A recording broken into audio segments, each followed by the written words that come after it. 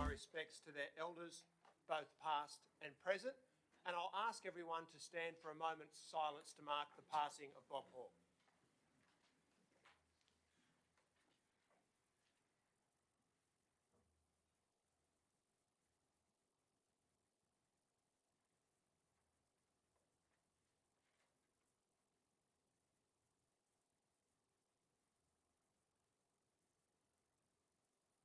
Thank you. Please be seated.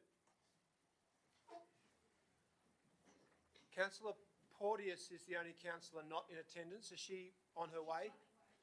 Okay, no need for an apology then.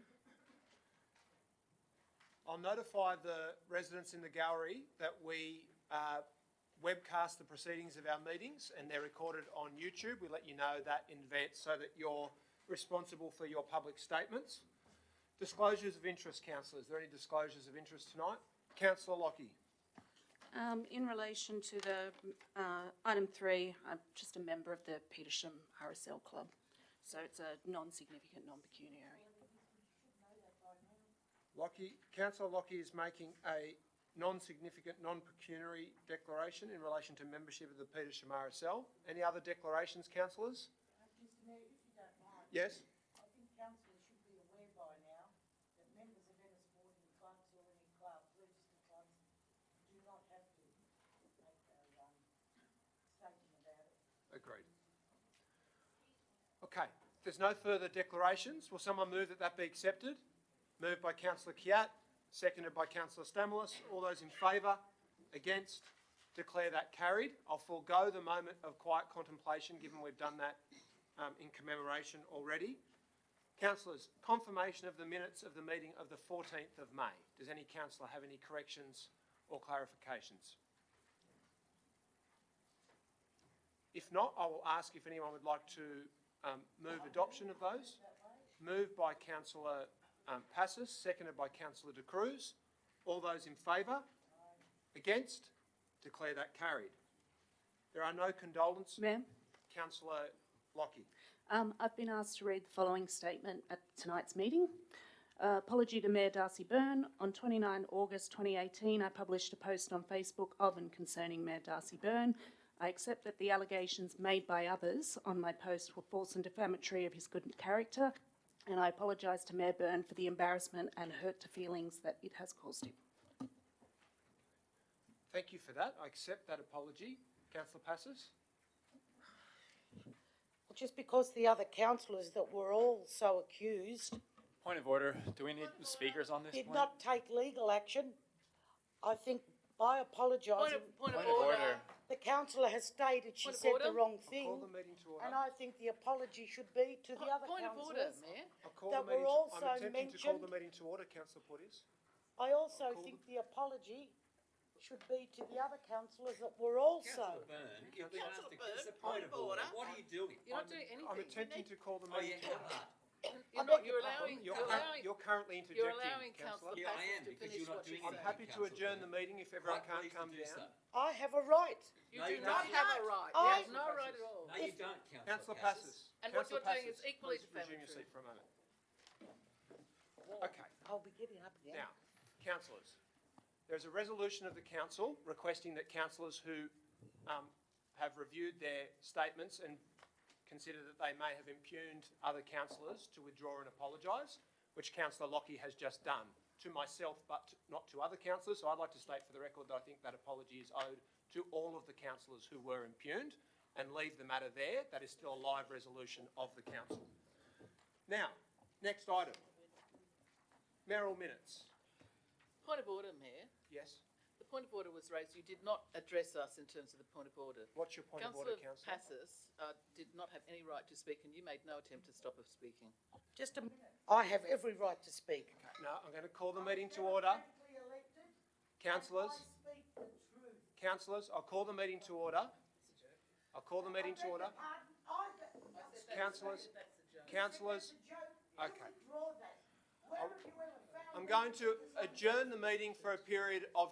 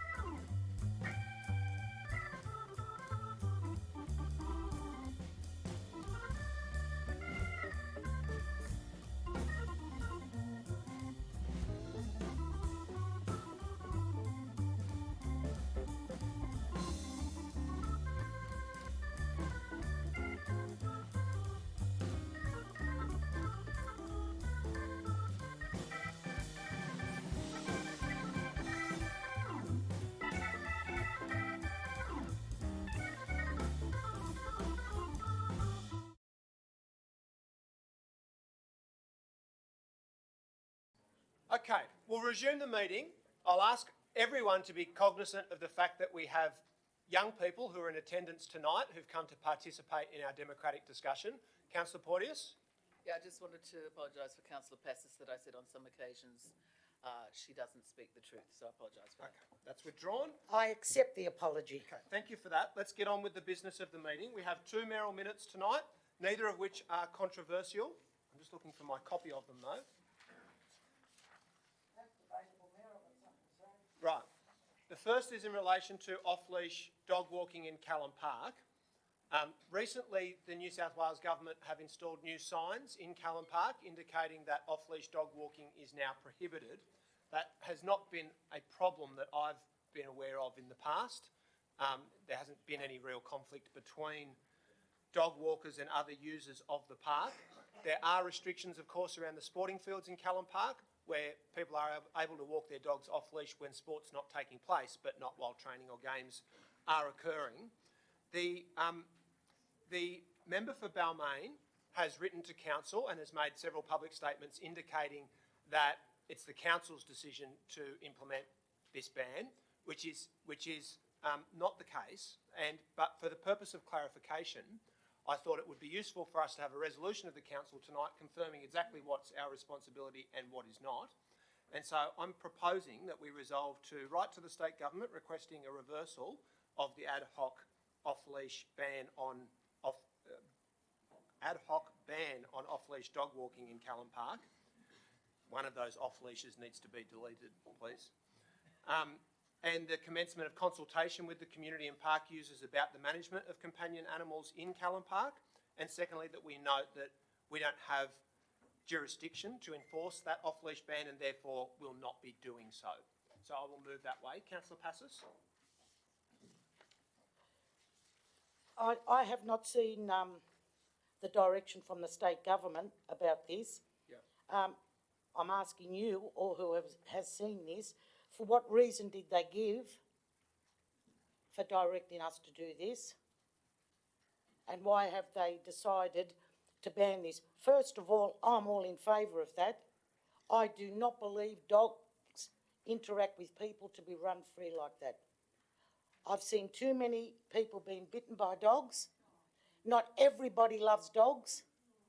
And a lot of people and their children are uncomfortable around dogs that are not on leashes. I don't know what our responsibility is as far as if someone's injured, if we don't follow up on this, insurance-wise or whatever. I think before we take this motion on, we should find out why the government has sent this directive, and I don't think we could just, in such a short time now, say no way in the world, we're not going to do it, because there's a lot of ramifications in this. Okay. Well, I'll put the question that Councillor Passis has raised in her comments to the council officers about what information council's received from the government about the purpose of the new prohibition. Thank you, Mayor. Councillors, my understanding is that the Office of Environment and Heritage, which looks after Callan Park, has been having a range of difficulties with the commercial dog walkers releasing their, in some cases, packs of dogs off the leash. The current arrangements, or the previous arrangements, the history of the park is, as I understand it, is that there are the areas that council is dedicated to off-leash are available, but strictly speaking, the on-leash arrangements are within the rest of Callan Park. Practically though, people have been using the area for many years off-leash, and I've had discussions with a number of councillors about that. But I think the council has responded to complaints about a rising spike in dog attacks. I rest my case. That, as I understand it, dog attacks on other dogs, and the council has responded to that. We've been doing some further research, and we understand that other state government areas like Centennial Park, the Sydney Olympic Park and other major areas have the regulation from the Minister, I expect from Minister for Local Government, but certainly one of the ministers, that they have responsibility for the dogs within those areas. This one has been clouded by historical arrangements where council has been intervening, but the decision to put the signs up has clearly understood by council staff, is from the Office of Environment and Heritage. But the real issue, as many of you know, the Callan Park Act prohibits any commercial activity in the space. The unleashed dogs that are generally the problem are those released by the commercial dog walkers, people getting paid to operate a commercial activity within that area. We, council officers and I are meeting with the Office of Environment and Heritage in the next few days, and we'll try and get these things resolved so that the safety of both the dogs and the people down there are protected and we move forward. Okay. Further discussion, councillors? Councillor Stamoulis, then Councillor De Cruz. Mr Mayor, thank you for this notice of motion, and I believe that partly it's been answered by the Chief Executive Officer. That is that I don't expect them to do consultation just with our community and park users. I expect that council also goes into bat for our residents, and apparently that's being done according to the statements of the CEO. But I would like to include that in your point one of your resolution there, Mr Mayor, that and mention there that dog walking in Callan Park and the commencement of consultation with council, the community and park users. If you'd be happy to insert council, we need to represent the interests of our residents. Happy to incorporate that. Yeah. I'll just ask the minute takers to make note of that. Councillor De Cruz. Look, I've got a concern with point one. It is actually not the reverse ad hoc off-leash ban. As I understand it, as the CEO has just pointed out, that there's no off-leash area there, and therefore it's either a prohibited area for dogs or an on-leash area for dogs.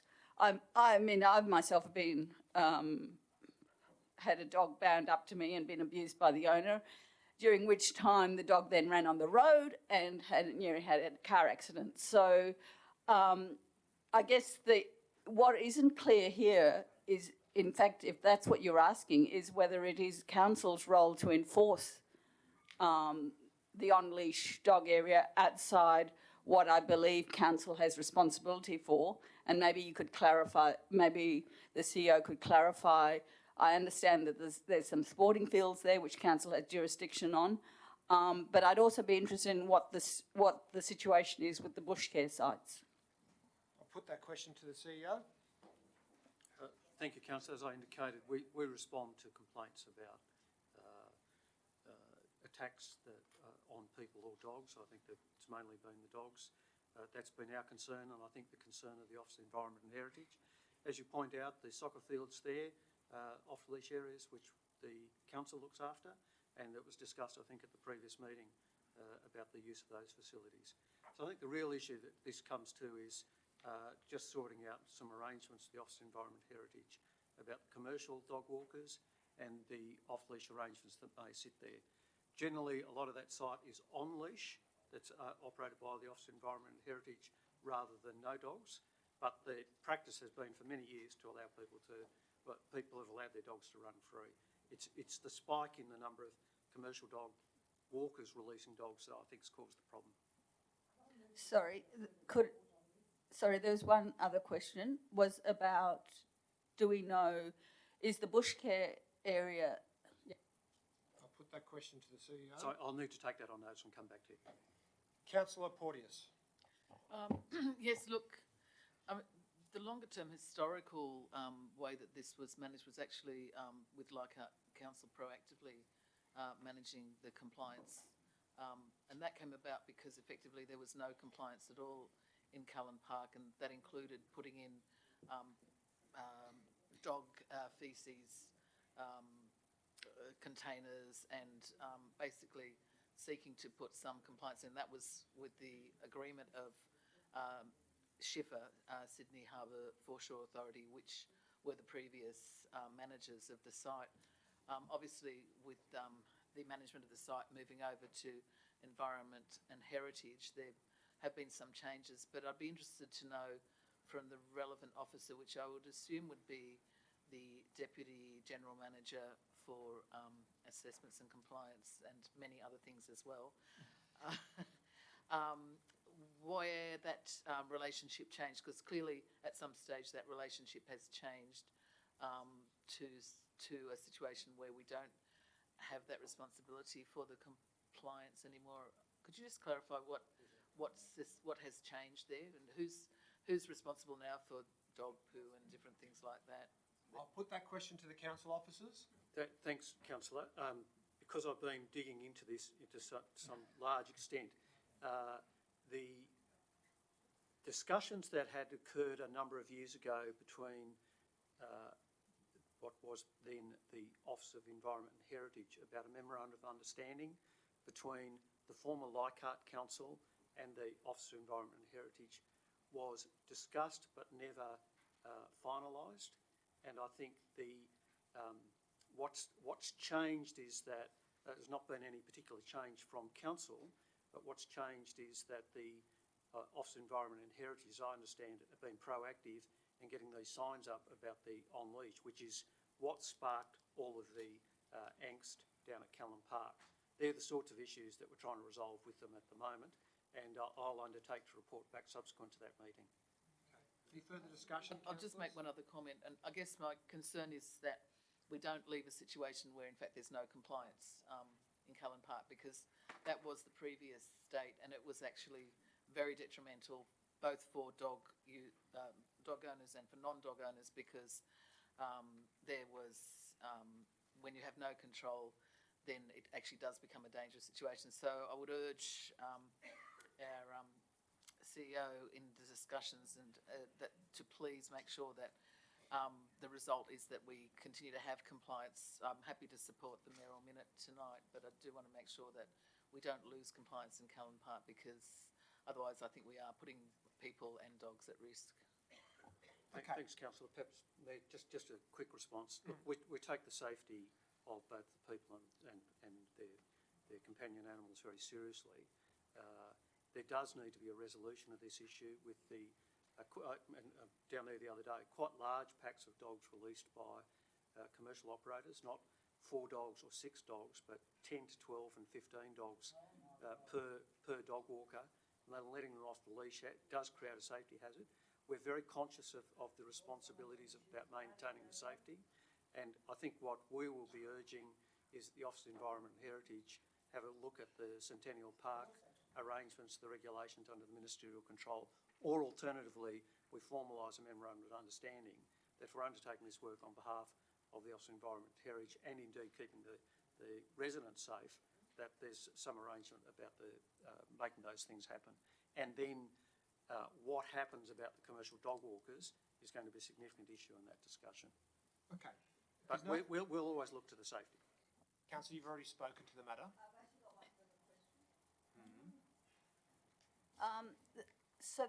Just to seek clarification, my understanding of the current regulation about dog walking is it is limited to 4 dogs.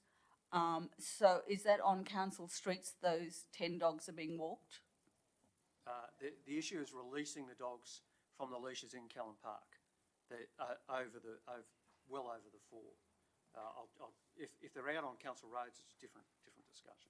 Okay. Seeking to take on board the comments that have been made by councillors and trying to establish consensus, I've further amended the resolution to incorporate Councillor Stamoulis's suggestion about specifically requesting consultation with council and our officers.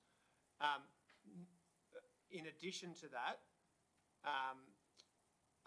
asking that we receive a further report back here following the meetings that take place. So that can be the issue can be further considered by councillors. I think that covers off on the issues that people have raised. Yes, councillor. Okay. You're free to vote against the resolution. I'm going to put it now. Could I just ask that a further report to council be added? That's certainly what's intended. Yeah, I think not a memo to councillors, but a report to council. Okay, I'll put that. All those in favour? Against? Declare that carried unanimously. With Councillor De Cruz against. One final mayoral minute tonight, which is very simple procedural matter, which has been suggested to me by Councillor Passis, that given we are commencing the review process for the newly appointed CEO, that we should formally resolve to reappoint the panel members. I'm proposing no change to the existing panellists, and I'll move that way. Councillor Passos? Well, Mr Mayor, in a democracy, all positions should be made vacant and councillors are allowed to nominate for this position, and we vote accordingly. I really don't think it's up to you to nominate for your nominees to be put forward. First of all, I'll let you know, I have no problem and I do not want to be on the committee.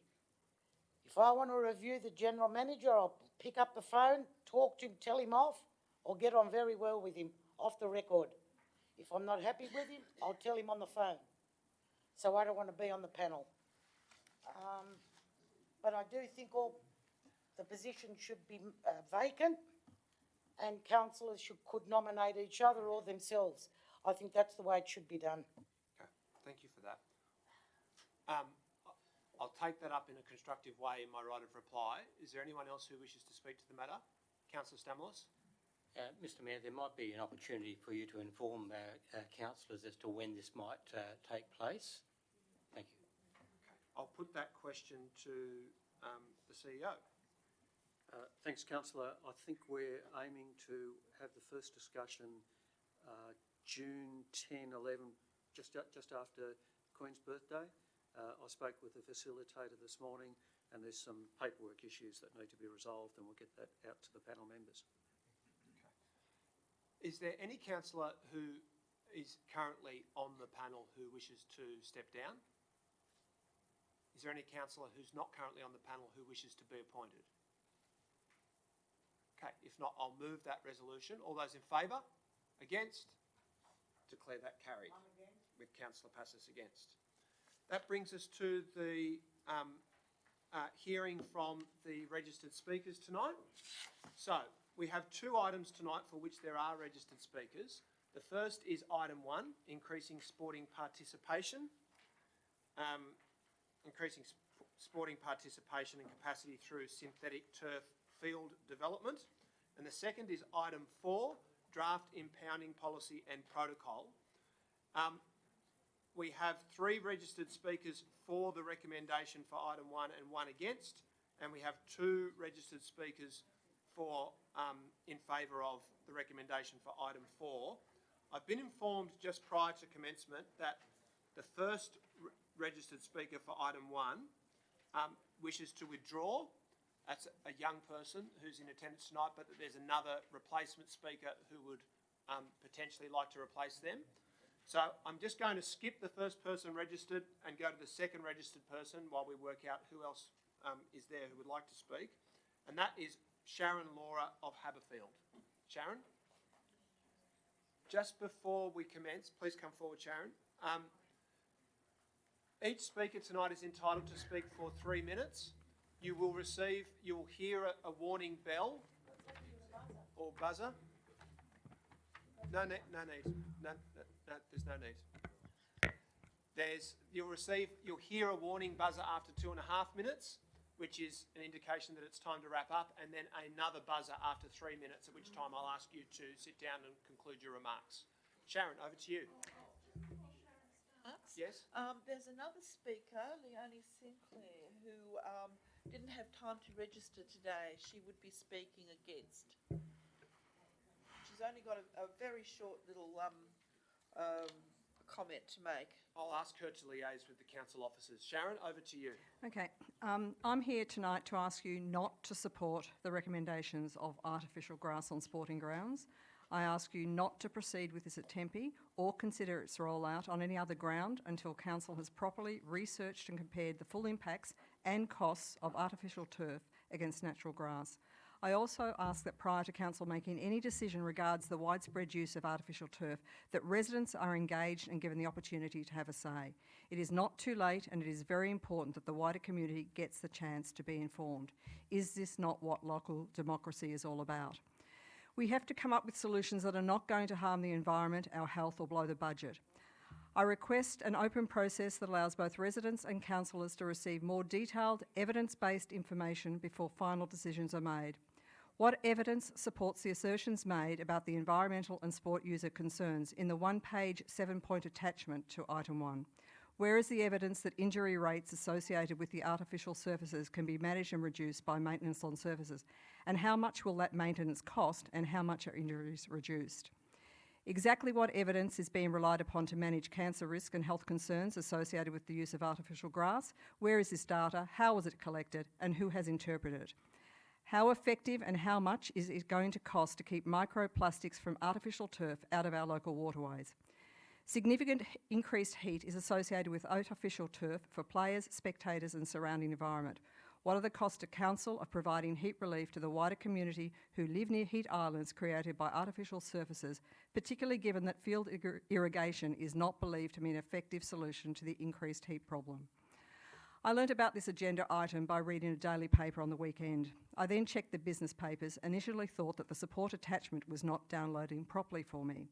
I made inquiries at council and discovered that the synthetic turf feasibility study commissioned by council, which was used to provide guidance on this issue, was an internal document and not available to the public. I'm not even sure that this feasibility study has been made available to councillors. I believe the costs associated with the installation of turf on Arlington Reserve, Dulwich Hill blew out, that sections of the turf have already been replaced and that there are ongoing costs associated with the maintaining, cleaning and raking the artificial surface. Significantly, in the evenings of hot days, there is no longer natural cooling or relief from the heat for residents around Arlington Reserve because the artificial turf has increased and trapped the heat. Yesterday, I searched for current studies about the impacts of artificial turf. I was hoping to find, have you cut me off?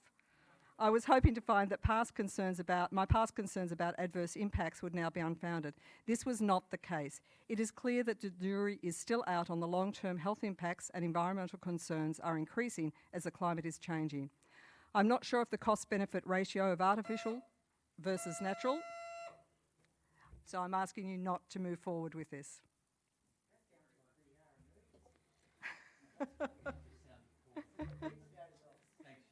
Thanks very much, Sharon.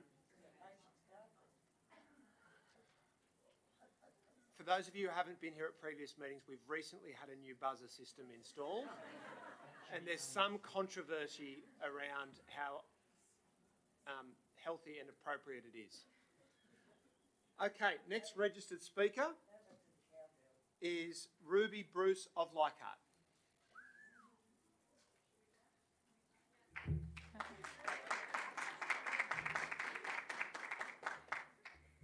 I would firstly like to thank the Council for the opportunity to speak and have a voice in support of this item today. My name is Ruby Bruce. I've been playing for Leichhardt Saints for 15 years, since I was 6 years old.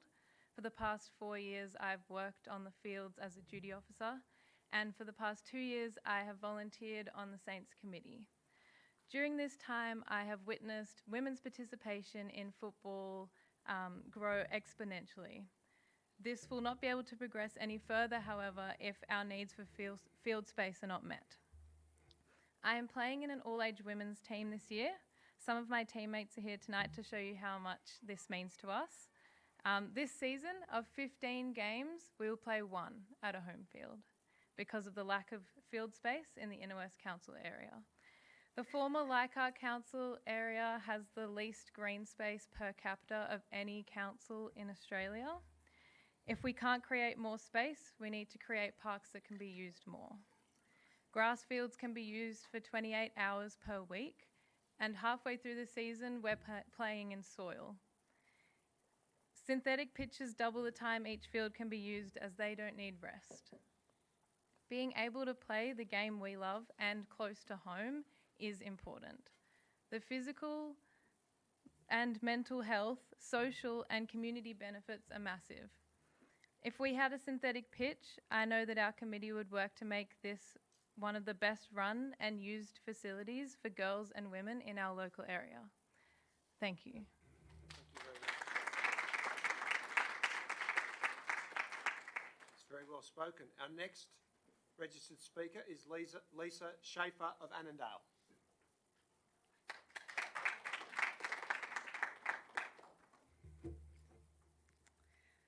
Thanks, councillors, for giving me the opportunity to speak tonight. My name's Lisa Shaper. I play football. I coach a girls' team. I'm the president of Leichhardt Saints Football Club, and I'm a director on the board of the Canterbury District Soccer Football Association.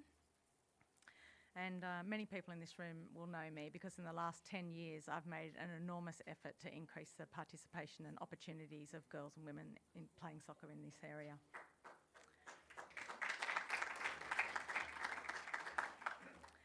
On the football field, I'm quite competitive with the other clubs, but off the field, when it comes to football administration, we all work together. And tonight we've got members of the Marrickville Club and Ashfield Pirates. Don't think Balmain are here tonight, but they have permitted me to speak on behalf of their 2,700 players because together we want to provide more opportunities for kids to play sport. We have kids who want to play, and we have kids who want to play rain, hail and shine. It's good for their health, it's good for their mental health, and it's good for keeping them out of trouble. Ideally, council would be able to provide us with enough fields that we could tread lightly on them. We wouldn't have dog doo-doos on them before we play, and we would have clean working toilets, change rooms, appropriate storage, and a canteen. Unfortunately, in the inner west of Sydney, it's not Barden Ridge, it's not Kellyville, and it's not Nepean. We don't seem to have that space. I know the council officers that we work with try really hard to provide us with the facilities that we need. They understand what it is that we need, but they just can't supply that for us. If council can't supply the fields that we need to have fields that we can use more. If we had 10 dedicated synthetic fields in the Inner West Council area, that would take the pressure that we will provide through increased player numbers. It's only week 7 in our season out of 20 weeks, and our fields have both goal mouths and the kick-off spot are soil. So when it's drought, that's dust that we're inhaling, and when it's raining, that's mud that we're sliding in and hurting ourselves in, and further, the fields are closed and we just don't get to play at all. I appreciate the environmental concerns around synthetic fields. Ideally, the surface of our land would be covered in natural plant life. However, it's not. We have roads and houses and other indications of our human habitation. So Inner West Council area, according to Wikipedia, is 35 square kilometres. If we had 10 artificial pitches, that would be 0.7 of a square kilometre, just 0.2% of the surface of the area. And that is what we need to provide enjoyment, joy, purpose and good health to our children. I'll leave it at that. We hope you can provide the sporting surfaces that we need. Thank you very much.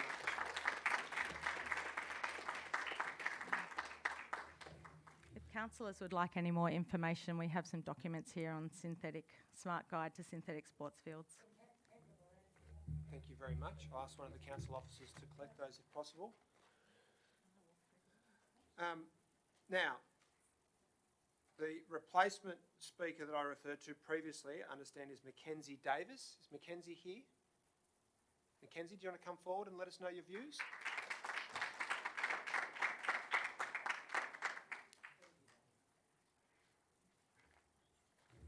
Forgive me here, I shake. I'm good at those. I too would like to thank the council for the chance to speak tonight and for the opportunity to have our fight for turf and field development to be seen at a council level. Sorry, this means a lot to me. My name is Mackenzie, and Leichhardt Saints was my first football club back in 2002. Can you read the rest of it, Matt? This is my partner. Okay. Yeah. Back in 2002, I'm going to leave this, I know what I'm saying. Back in 2002, I started playing for Leichhardt Saints. I was the only girl in my team. I was the only girl in my age group. I had to leave Leichhardt Saints because I felt like there was no space for a girl in a soccer team. I moved to Balmain, under 12s, our division collapsed because, again, there was not enough girls to make a team. So I left the inner west completely. I played rep football on artificial turf for 5 years, and finally I felt like I had the resources to progress. I finally came back to play at Leichhardt with some really, really strong women. But luckily, they were already strong. They didn't need sport to empower them, but some girls do. We need the space and the time to feel like there's room for women in sport, and unfortunately, we're second-rate to men sometimes.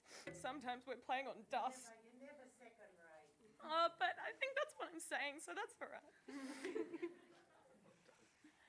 Yeah. I'd come and stand with you, but I can't cops. That's okay. I'll still support you. Thank you. I've played on AstroTurf. I've played on grass. I tore my ACL and took 2 years out of soccer because I tore my ACL on grass.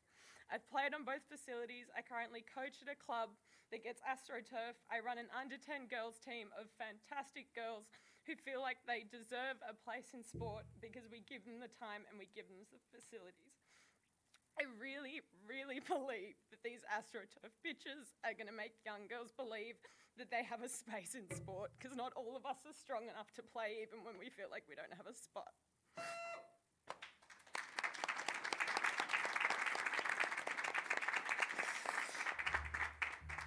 Thank you. Very well done. Okay, now Councillor Passos has reminded me that by showing leeway for the last unregistered speaker against the recommendation to speak, that may be drawn upon by her and others at another time, but I'm going to take that risk and agree to Leonie Sinclair of Marrickville speaking against the recommendation.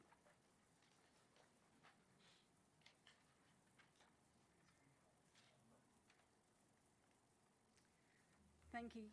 Thank you, councillors, for listening to me and for my late notice. And I too get nervous, so I understand Mackenzie's fear of public speaking. But I'm here tonight to stand for the parks, the environment, to be the voice of reason and to say no to plastic parks. Once synthetic turf is installed, there's no turning back. And although I understand where the girls are coming from, and I too have kids that I wanted to, be fit and be part of a team, and I understand that, I still feel that these synthetic fields are not an option. Once a synthetic field is installed, everything under that field dies. Replanting is not an option, so once the grass is gone, it's gone. We've lost it. It's gone forever. So what message does this send to the little kids, to the kids of our future? What does it send? Do we want to see the parks they once run on? Do we want to see the grass that they once turned on turned to a plastic playing field? Aren't we supposed to be reducing our plastic usage and the impact that that has on our society? The impact of plastic turf comes at a much higher cost than just the maintenance of these fields. It comes at a cost to our environment and definitely outweighs the short-term monetary benefit from maintaining the grass of our fields. With this in mind, I ask Council to reject this item and put it up for further consultation, because I know lots of people that haven't read the reports and haven't seen the information that's coming through. And we'll say no. Sorry, I'm shaking. I come to you tonight because I've walked these grassy fields, the parks, the things that everyone is calling fields. I call them parks. It's my home. It's where I've lived for the last 18 years. And I've walked these parks every day, every morning. I walk at sunrise. I get up. I take photographs. I love these parks. They are multi-purpose. I want to read out something from my daughter. I've never posted much on Marrickville 2020, but I really felt like I had to today. The park near our house is a shared space, shared by soccer players, yes, but also shared by me at 7 years of age. to play tips after school at 10 years old. It's a place for running around with little cousins on Christmas Day, flying a new kite, birthday kite, laying down and gazing with my best friends, picnics, cartwheels, Tai Chi, playing, studying for the HSC, a place where a new puppy felt real grass. This is what you're taking away when you put in synthetic turf. Thank you. Your time has expired.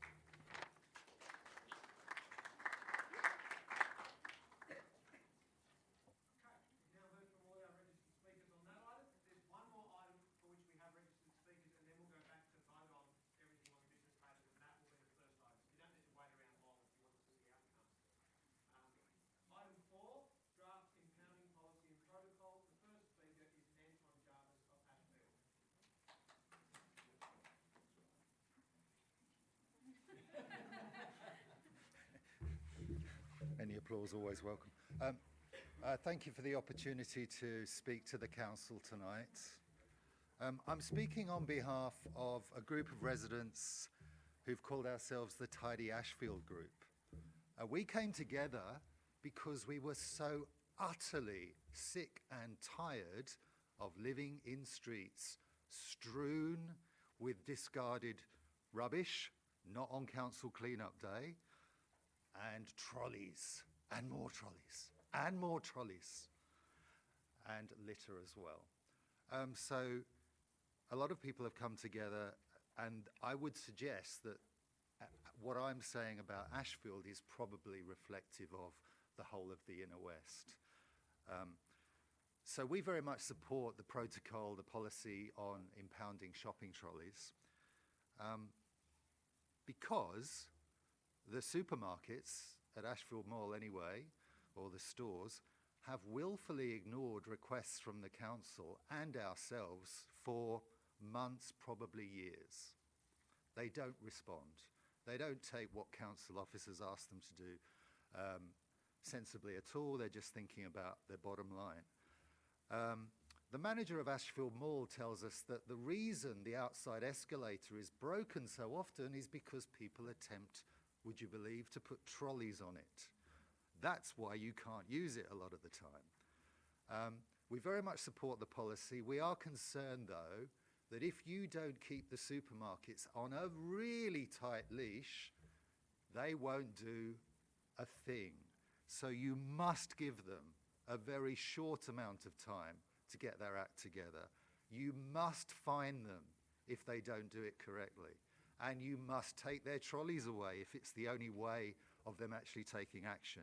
Because what they haven't done is educated their customers. People that we stop in the streets genuinely don't know that it's not socially unacceptable. It's socially unacceptable, and it's not the right thing to do to remove the trolley from the supermarket and abandon it. They think it's a service that they collect them afterwards, because there is a trailer that goes round, but it can't possibly keep up with the number of trolleys that are abandoned, especially near the mall and the transport links. My colleague's going to speak in a moment, but we really want you to be very forceful in this new policy and hope that we want them to do the right thing. And maybe this is the only thing that will get them to do the right thing. But don't forget, you have a very small number of rangers. So what you do needs to be resourced properly. That may need a bit more money in terms of staff. Thank you very much.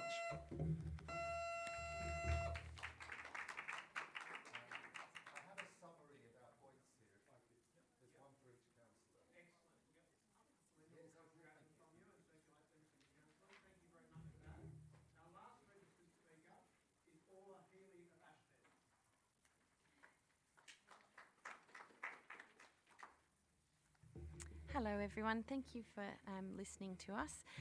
I feel so excited to be able to speak today because I've lived in Ashfield for 11 years and I've seen the cycle of waste going up and down, not only trolleys but household waste as well and dumping.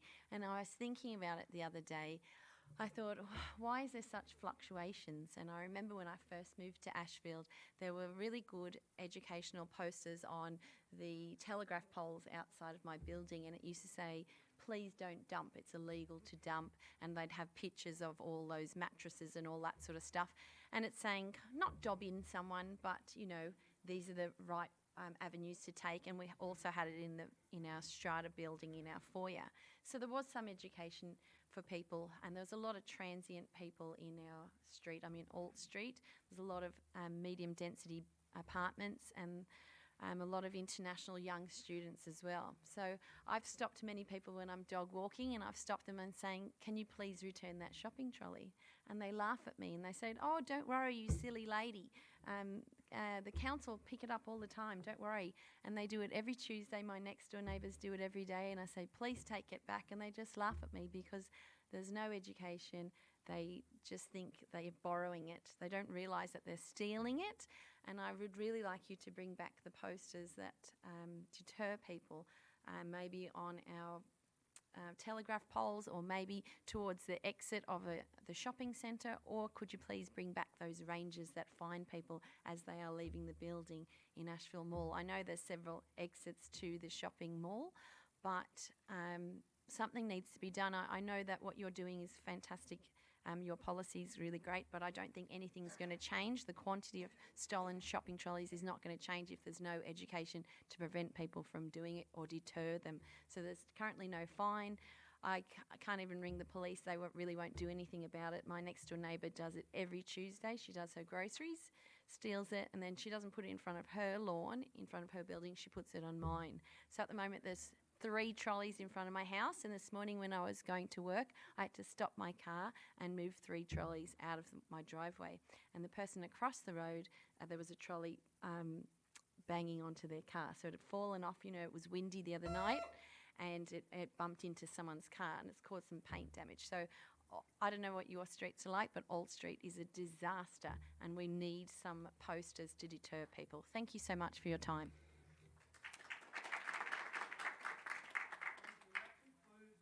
Registered speakers, so we'll go back to item 1. I'd like to move the officer's recommendation, and I'll speak to it briefly. Firstly, I would like to thank the participants, particularly the club members who've come along tonight, and particularly the young people, for coming along to participate in our democratic debate and to make your voices heard. And Mackenzie, I thought your speech was excellent, so you don't need to be as nervous next time. The issues have been canvassed very well by the people who've already spoken on behalf of the community. We are at capacity in terms of our playing fields. We don't have any more spaces to play for children and adults, for training and for playing. And the truth is, it is a gender issue, because boys and men have had more opportunity to play over a long period of time. Now, women's sport is going through the roof, which is terrific.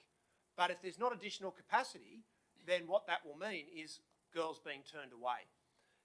In addition to that, I recently had a meeting with a young man, Aaron Keith, who has cerebral palsy. He's actually one of our Young Citizens of the Year. He's a student at Rosedale Public School. And he pointed out to me that he's very good at race running. He's actually internationally competitive in race running, which is a form of running where you use a walker with wheels on it. And unfortunately, he simply can't participate in that sport on normal grass. He needs an artificial surface in order to do so. So there's a whole range of reasons that we should be looking at the new technology that is now available to address this really crucial health problem that we have, which is kids are increasingly being turned away from participating in sport, kids and the young at heart. And so there's 2 options here. One is, well, maybe 3 options. One is we can hope or pretend that there's going to be huge swathes of new open space that becomes available in the inner west. I'm open to the idea of compulsory acquisition or working with the government to try and combine spaces to do some of that. But we all know we live in one of the most dense residential areas in Australia, and there aren't going to be new large parks that come online by and large. So that's not a realistic option. We can ignore the problem and say that we're not really concerned if people are from our local community are missing out on the health and social benefits of sport, or we can take action to try to improve our facilities so that they can be used more intensively. And I'd like to thank the council officers for the work that they've undertaken in developing this policy, because this is a plan that we can implement over the next few years, which will genuinely do that in a meaningful way and will result in a much larger number of people being able to enjoy the health and social benefits that sport can bring. So I would urge all councillors to support the recommendation so that we can get on with doing what the girls here tonight have asked us to do, which is to provide crucial public infrastructure.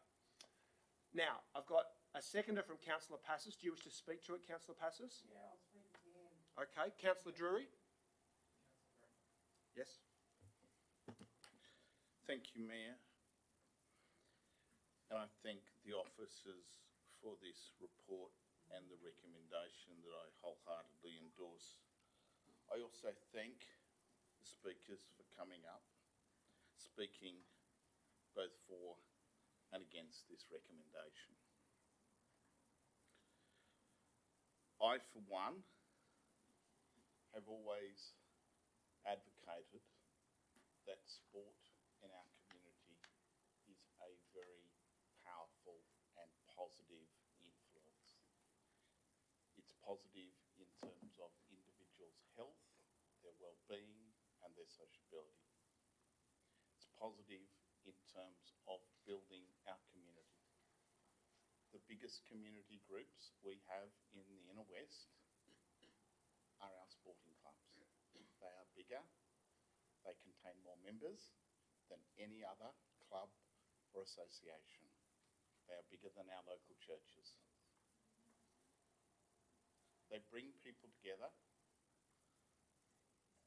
with a common goal: to enjoy themselves, to get fit, to compete. We do know that we have insufficient fields, and each year our officers struggle to provide for sufficient grounds for those who wish to play. I welcome the work that has been championed by Lisa Chapter from Leichhardt Saints in terms of promoting and pushing women's and girls' sport. And I'm proud of the Canterbury District Soccer Association, Ian Holmes and Armando Gardaman, for listening and taking this up in a real fashion. There has been an exponential growth in women's and girls' sport in our area, and I think that's a fantastic thing, and I think Lisa should be heartily congratulated for being one of the great champions of that. What we're not talking about with this resolution is putting synthetic fields everywhere. We're talking about starting off with Timothy Reserve and Leichhardt number 2. And even if we've got a few more coming down the line, that is not every park in the municipality. There will be parks that will be grass. There'll be parks that are synthetic. I'd urge those people who have environmental concerns about this to actually study and look at what the science in fact says in relation to this. I hear almost climate skeptic type remarks made in relation to Councillor, your time has expired. the environmental considerations that are ranged against synthetic fields. Thank you for that. Councillor Iskander. Councillor Kiat and Councillor Iskander. Thanks, Councillor Byrne. I want to thank the speakers who have come tonight to speak on this issue. It is pretty important. It's a very significant project that's being proposed. I want to thank especially the young people who have come to speak. It's really nice to see other young people here sometimes. And I've always played football, and some of my best games have been on synthetic turf, Lambert Park. It's great to play on as a player. And I accept everything that has been said about the lack of football space that we've got, sports fields of all kinds. We know that. I accept what Councillor Drury says about this is not about turfing every single park in the council area. What we're talking about is a $2 million project on which we don't really have any evidence about, and that's the point I want to get to. I think we need to defer this decision. I think we need to accept all the points that have been said tonight. We need to accept especially that women have been excluded from sport for a long time. And I think we need to get a report back on how we can increase women's access to sport within the existing fields we have. Even if we proceeded with this, we would need to do that because this would not come online for a couple of years. But ultimately, councillors have not been provided with information on two really important issues in relation to this project. And before I sign off on a $2 million project, which has an 8 to 10 year renewal period, which means it's $2 million every 8 to 10 years plus other ongoing maintenance costs, I need more information. And last week we had two really important points raised. We know that council is in deficit, $18 million this year, and that our working funds will be expended within a few years. That means every new project we need to compare against other priorities, and we know with our rec needs study there are heaps of priorities in relation to recreation, not just sports fields. So before we can agree to this project, we need to address the issue of whether there are other rec projects, for example, pocket parks, for example, our playground deficit, increasing our infrastructure, even for walking our footpaths, which are in a gross state of disrepair in some areas. The second issue is that last week, council agreed that we're in a climate emergency. That was a motion that was moved by Councillor De Cruz. We're in a climate emergency. Now, the evidence that's been provided to us so far from... The Liberals just won, there's not a climate I'll call the meeting to order. Councillor... The Liberals just Okay, I'll call the meeting to order. Councillor Kiat has the floor. Sorry, can I have some additional time for that introduction? Look, unfortunately, despite the election of the Liberal government, we're still in a climate emergency and we need to do what we can. Now, the evidence we've been given says that you need to plant 1,800 trees when you put down this much synthetic turf. 1,800 trees. We know that it costs us $1,000 per tree to put that down. So in a dollar figure, that's $1.8 million, plus the $2 million that we're already spending. So we really need to think seriously about this before we go ahead with it. And so what I put forward is that we defer this decision until we get more information on the cost of this against other Councillor, projects. your time has expired. Sorry, just to complete, because I had an introduction. I gave you some extra time. It expired a while ago. And to look at this against the climate emergency that we declared last week. Councillor, your time has expired. Thank you. Councillor Iskander. Thank you, Mr. Mayor. Just to remind some councillors that we had the same issue at Arlington Oval. I was the mayor there, and we had very big opposition to the synthetic turf. I had meetings after meetings after meetings with experts, and one professor who used to live at Dulwich Hill, he gave me a very good lesson about how important to have the grass. Well, I was convinced at the end, because it was 50-50 in my understanding, which way we go. I gave him the chance to have the grass. We spent $900,000 for resurfacing the field. 3 months later, exactly 3 months, it was deteriorated and you can't play on it. And because of the weather, the injury was doubled, if not more. What I'm trying to say, if you understand soccer and if you understand the fields, you have to understand what caused the injuries, which is the most important thing. Injuries came from unlevel surface. And we are talking about 2,700 children playing soccer. We don't want them to be at risk. We want the real surface, which can be safe and give time and have more players to get involved. I'm not talking here about some perfume we're gonna give to this or that or that. I'm talking about the sweat the players will have, and they are happy, and that is the most if you like, healthy way to relieve what the problems are. Everyone was talking about it. But I add one thing, Mr. Mayor and councillors, just remember, in America, they are using it. In England, they are using it. The World Cup 8 years ago used it in large scale. The Qatar will use it, which we will have the new competition. Everywhere it's there. And there is nothing what you call environmental risk. I urge you to support it. Thank you. Councillor. I have Councillor Steer, then Councillor Hesse, then Councillor Porteous in that order. Thank you for everyone who came to speak tonight. I have family members who played soccer for a very long time, and I asked them what their opinion was of natural turf versus synthetic turf, and they felt that there were pros and cons in both directions, as have been discussed tonight. So what I'm looking at here are the broader environmental considerations. Councillor Drury asked us to consider the science, and the science is there. We've already sent, Councillor Kiat already sent to all councillors links to scientific research, and oh no, sorry, that was on a different issue.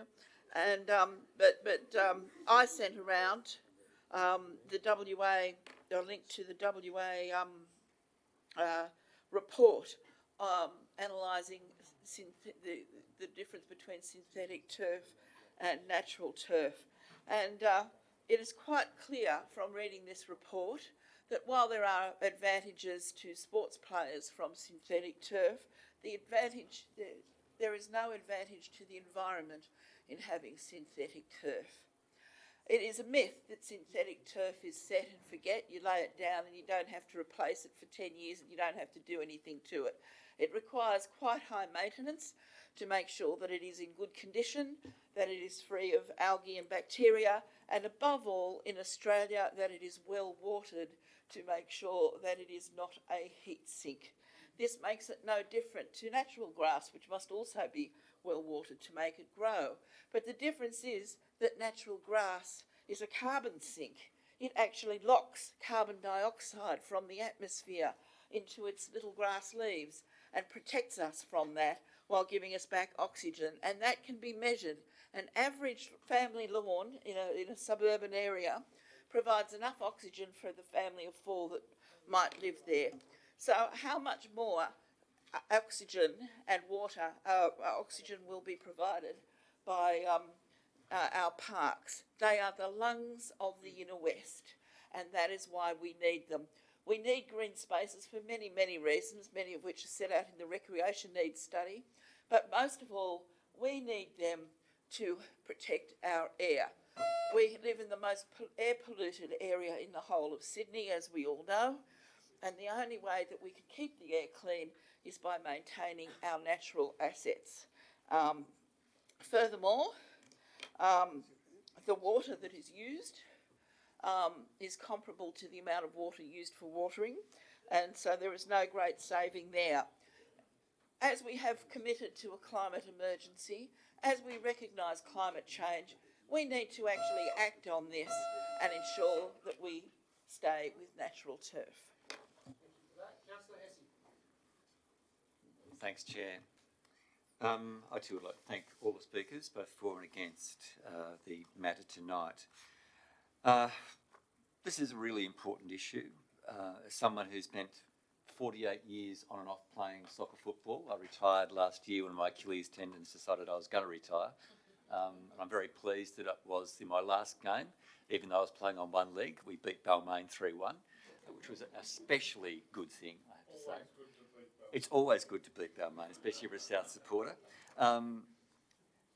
Seriously, soccer is sport generally, but in my experience, soccer is a great sport, and it's one that I'm very pleased, particularly this century, to see a massive rise in the number of women and girls play sport. I'm very sympathetic too to the absence of home games. Last season, we played one home game in the over 45s, blokes. That wasn't much fun either. I don't like traversing the inner west any more than anyone else does in the traffic. So it is a serious issue. But we also have, as Councillor Steer has alluded to, the issue of the environment. And the serious issue of the playing environment. I'm advised by the CEO that the heat of, the pitch heat is 20 to 40% above what it would be if it's natural grass. Now, I don't know what it is. And the aim of this project is that they be used for other sports, including cricket. I've also played cricket. I've got to say I'm no genius at cricket or soccer, but I've played a lot of it. I'm not sure how you're going to feel about standing out in the middle of a pitch in the middle of summer, or even in our extra hot autumns that we're having now, when it's 25 or 30 degrees and you add 40% to that in the sun.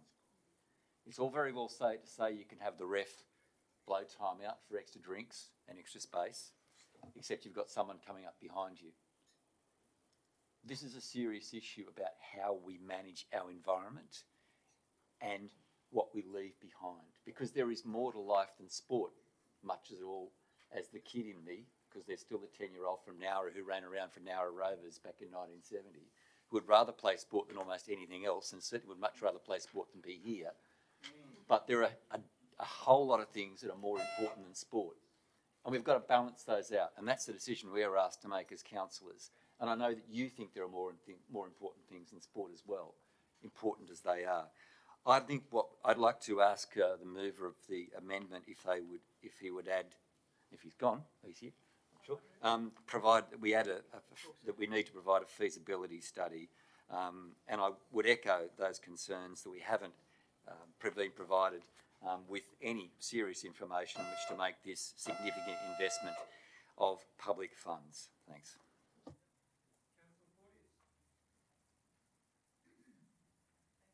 I'd like to start with asking a question, if I could, to the CEO. This particular report, the first sentence of it says, Council commissions Smart Connections consultancy to develop the Inner West synthetic turf feasibility study, and this study has provided guidance on site selection, feasibility management and financial implications. So, as the CEO is aware, I have for the last pretty much 48 hours been asking to please receive a copy of this study, as it seems to be the key document which has informed the recommendations of the council staff. Perhaps the CEO would like to respond as to what he has responded to me in terms of me being able to receive this study. Okay, I'll put that question to the Chief Executive. Thank you, Councillor. I sat here about 3 months ago, my second week in the role, where there was discussion about synthetic turf and where the council might want to lead the decision about the future pitches in the Inner West. I took it upon myself to take the various comments that were made both in favour of the sport and in favour of the environment, and as Councillor Hesse said, getting that balance right very seriously. So I took the draft documents, and they're still only in draft form, away for the weekend at the time, and worked through, as Councillor Steer indicated, the excellent material done by the West Australian Government for their Department of Sport in trying to get the balance between the sporting issues and the environment issues right, so that I could give the council the best possible advice. The feasibility studies or the feasibility work that have been done in draft form by various consultants picked up bits and pieces of issues rather than a comprehensive overview, which I thought that the council should get the benefit of that advice. And so that was the basis upon which I undertook a proper cost-benefit analysis of all of those issues. In the end, the judgment is yours to make about where that balance sits. The cost-benefit analysis work that I did indicated that it was line ball about the decision over a 20-year period, and perhaps the benefit that accrues from the extra number of people being able to use the field for an extra number of hours is the convincing argument in the end. That's my advice to you. I don't have a position on whether you should support synthetic turf or not. So other councillors are aware, Councillor Porteous suggested that my report was biased. I have no bias in this issue. I provide frank and fearless advice to each of you, and I think a number of other councillors would respect that. Well, I think you should receive an apology. No, there's no need for that. I'll call the meeting to order. The Chief Executive has the floor. It is on the basis of that review of the work that had been done and the 3 months of discussions I've been having with a number of councillors about the various reports, referring to the excellent work done by some of the US environmental groups about synthetic turf, which do not support synthetic turf pitches, and also the really good work that Councillor Steer referred to about what the West Australian model has done.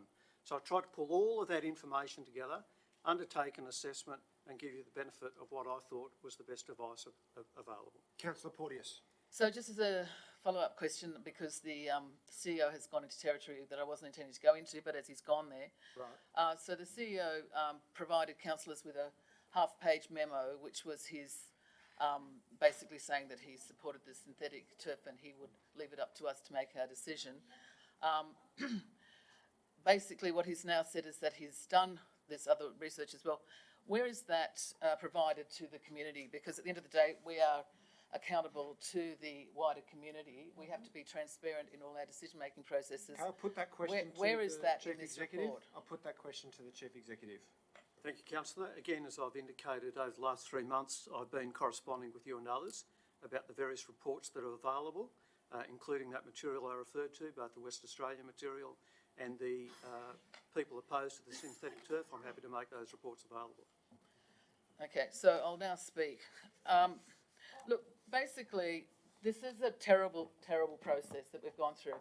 And it's also really unfortunate that it has been brought to us. Councillor Porteous, as you know, having collaborated in many meetings together, it's not my general practice to pull you up on this, but it does, and I'm happy Can we stop the clock if happy you're for the gonna clock to be talk? paused. It does state in the Code of Meeting Practice that you're required to address the Chair. I'm not particularly fussed about it either way, but I have noticed a practice in recent meetings in which you don't address anyone other than the gallery. So maybe if you could share your attention between us, that would keep the Code of Meeting Practice in I didn't think you suffered from a lack of attention, Councillor Byrne, but I'm happy to. I always welcome it I'm from happy you. to share my Please do. I want to hear your arguments. my arguments with everybody. I will start again. Basically, I'm really concerned about this process, and I'm really concerned about the fact that also it's being painted tonight as a gender issue. I was very disappointed with the remarks that the Mayor made to say that this is a gender issue and therefore we need to have this synthetic turf in order to right the balance. I mean, to be quite honest, there should be 50-50. Come on. Today, why are we saying that because the men came first and used these fields before women did, that women now don't have a right to have a 50-50 share of what we have? So I would be arguing that that's the way we should be going in council before we do anything else. Let's get the balance right. And let's not have this false dichotomy that in order to have... Sorry, Councillor Porteous, we'll ask the minute taker to stop the clock. Councillor Iskander is making a point of order. Well, there is no 50-50 male and female players in the recent clubs. We Thank you for that. I'm going to rule that that's an interjection. Councillor Porteous has the floor.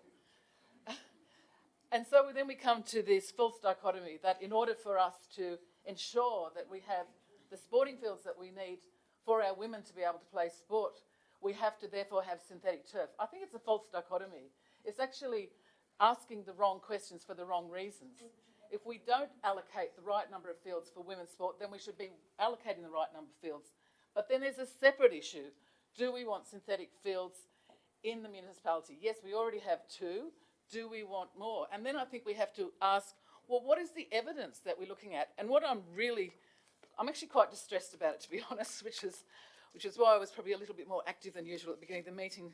But this is the report. I mean, I have never seen anything. So I mean, I'm not having a go at this stuff. I'm really not. But this is not a report. We have not got the study. We cannot find the evidence. There is no...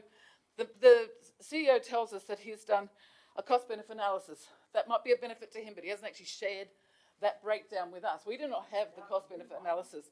We do not have the financial analysis. We do not have the operational costs. We do not have what's going to happen at the end of life What is the disposal plan? Well, I know what the disposal plan is, but it's the same disposal plan for all artificial turf. It's landfill, basically. That's the plan. We do not have the issues around the environment.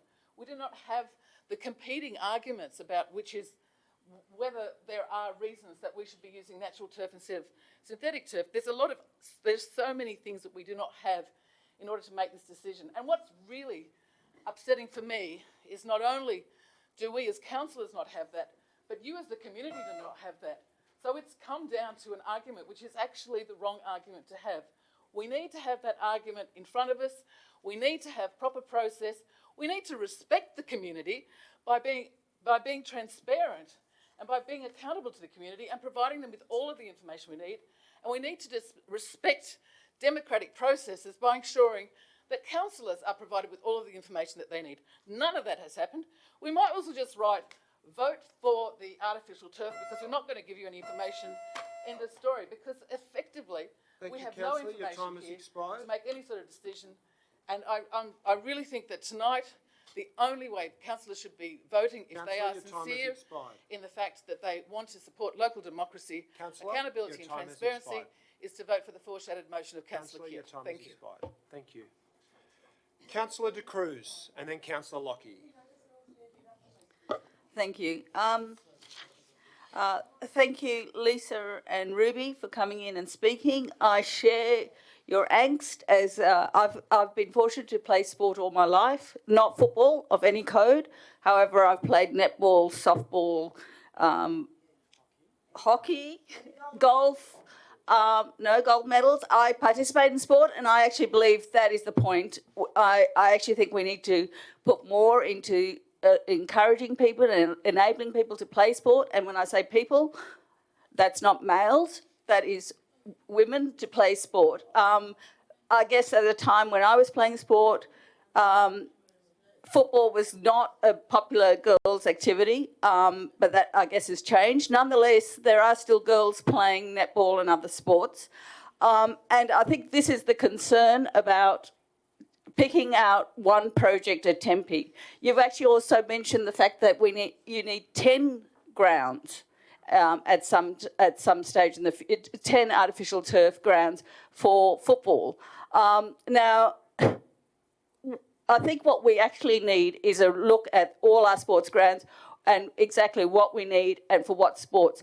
One of the things that came up in the recreation study was the lack of any hockey pitch in the whole of the inner west.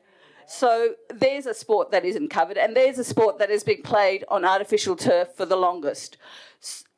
With regard to surfaces, the gold standard is actually to play on grass, and I hope every one of you will get the opportunity. Point of order. Will you please address the chair? Thank you for that, Councillor Passos. That is a correct reference to the Code of Meeting. As long as the mayor wishes to don a skirt and perhaps play as a girl on the pitch, I will address my questions to him. My questions were in empathy with the female sports people, that was all. So I'm happy to address my questions to the mayor, the rest of my comments to the mayor. Please proceed. I won't be changing clothes. It's not enough to change your clothes. You have to actually feel what it is to be a woman and to be discriminated against. I mean, I can tell you because I've actually asked for the data on how many women are using our sports fields currently, and I have not got that. But I can tell you that women are actually made to play on Sundays, and the men play on Saturdays, and that's a general thing. Okay. So, quickly on climate, we haven't been given the complete financial model on this project. On climate change, which was covered on climate emissions, which was covered in that WA report, the two issues are the sink off and the cooling provided by grass and soil, and that's being destroyed by covering it in plastic. The other aspect that hasn't been addressed here is most of these artificial turf are being put on top of water tanks, and there's been no consideration of that aspect in this project here. Thank you, Councillor. Councillor Lockie. Yeah, I won't speak long because this has been quite a long debate. Look, I want to thank again the speakers who've come along to address us on this tonight. I agree with all the comments that have been made about the need to increase open space and the need to increase the allocation of sports ground to women and girls, regardless of what happens with synthetic turf surfaces. We do need to be, I know we are trying to do what we can there, but if there are other options we can explore, I'd be happy to do that.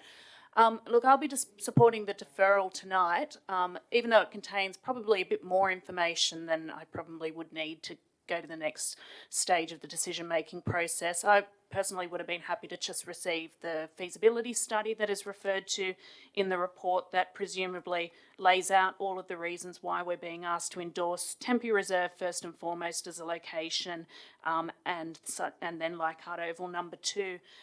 As it stands, I have been receiving questions from community members about why those locations have been chosen and what how we will manage things like the environmental impacts, like the heat impacts and so forth that have been raised tonight. And right now I feel like I don't have the information to hand to be able to answer those questions. So it's not something I feel I could responsibly vote in favour for if I can't actually support provide the reasons why I made that decision. But it's not to say that I don't recognise the open space issue. I know it's a massive one. It's one of the issues I've looked closely at, and this may well be the ideal way forward, but I just feel like I need to see the analysis that supports what we're looking at tonight.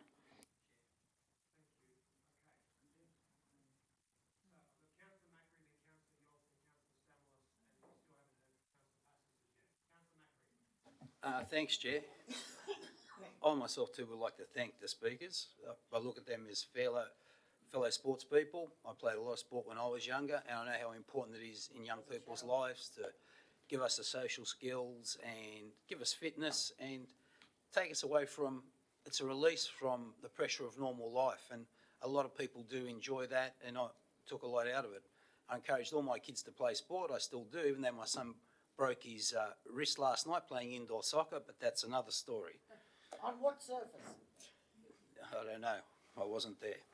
So what I'll say now, this is a bit like deja vu for me. I had this debate when we just had the debate about Arlington Oval, as Councillor Skander alluded to, and we tried all options, and as one of the speakers said, she said, it's not an option. She's correct. Synthetic turf is not an option. It's a necessity. It's a necessity for us to allow people to have access to our fields. And it's important that we are open and transparent, and why this selection process has happened, why this field was given a nod over other fields. Well, we did have a briefing on that, and there was a report on that. I don't know, maybe Councillor Lockie wasn't at the briefing. So we did have those options spoken about. Councillor Steer spoke about the effect on climate change and how important that the grass is as an incubator for the carbon emissions that we have in our environment. Well, go down to our soccer fields halfway through the season. There isn't much carbon redemption down there because it's more dirt than grass. There's probably more hair on our CEO's head than what we've got grass. And there's no disrespect to the CEO. That's how our fields are looking. Point of order, Mayor. Yeah. No, I've got that one. Thank you, Councillor. Yeah, I've got that one. Now, I'll just ask them to stop the clock momentarily, please, the minute takers. Councillor. When it comes to Councillor, he's quite a tough character, so I presume he's not. He's a figure. I just was trying to make a bit of a analysis. Maybe stick to my hair, which is also thinning. I think you've got more than our fields have got. Okay, get back to the topic at hand. When it comes down to the environment, we went through all those issues at Arlington. The Martians aren't landing in the inner west. We have 2 fields already. We know what the impacts they have, and that is a lot of use and a lot of joy. That's why Tempe was actually selected as number 1 location, because of its remoteness from the rest of the area. And it conserves water because it reuses the same water. We don't have to use any weed killer or anything like that on there, so we don't use anything that hurts the environment there. And the bottom line is, probably most importantly, what's been said about the cost. It costs about $25,000 a year to maintain Arlington Oval, as opposed to $70,000 plus for a grass field. And at the end of the year, as Councillor Skander said, we're spending up to $800,000 a year to actually rebuild those fields, which were not making the whole season right through. So the information's all there. It's just a matter of you need to just move forward and go ahead.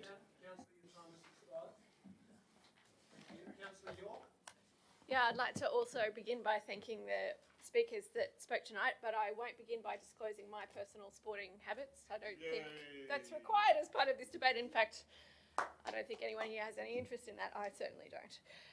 But I would like to take issue with a point that was raised that somehow we've been presented with a false dichotomy and that this isn't a gender issue. I think it very clearly is. I think that for two reasons. The first of which is the arguments that were presented to us tonight about the challenges that young women face accessing sport in an equal way. And then second, the passionate pleas that were made tonight about opening up those opportunities to other young women in the Inner West Council area as soon as we possibly can, the urgency of that. The second point being, this isn't a question of allowing more women or opening up opportunities for more women and girls to play sport at the cost of men. We can't do that. So making a cry for 50-50 allocation of current sporting fields isn't actually going to solve the problem. Or maybe that is what you're advocating for, Councillor De Cruz, but I certainly don't think that that's a positive response to this problem. What we're talking about is welcoming more people into the sporting codes, and therefore we need more spaces for those people. I think it's a fairly simple. Arithmetic. Councillor De Cruz, if you are advocating for closing down men's sporting clubs, let me know. I'd be interested to hear that. I'll call the meeting to order. Councillor York has the floor. It very clearly is a gender issue. This is very clearly about opening up opportunities for women and girls, not at the expense of other existing sporting clubs, expanding opportunities, and that means we need to find more space. We cannot magically find more open space in the Inner West Council area. We need to make the spaces that we have more usable.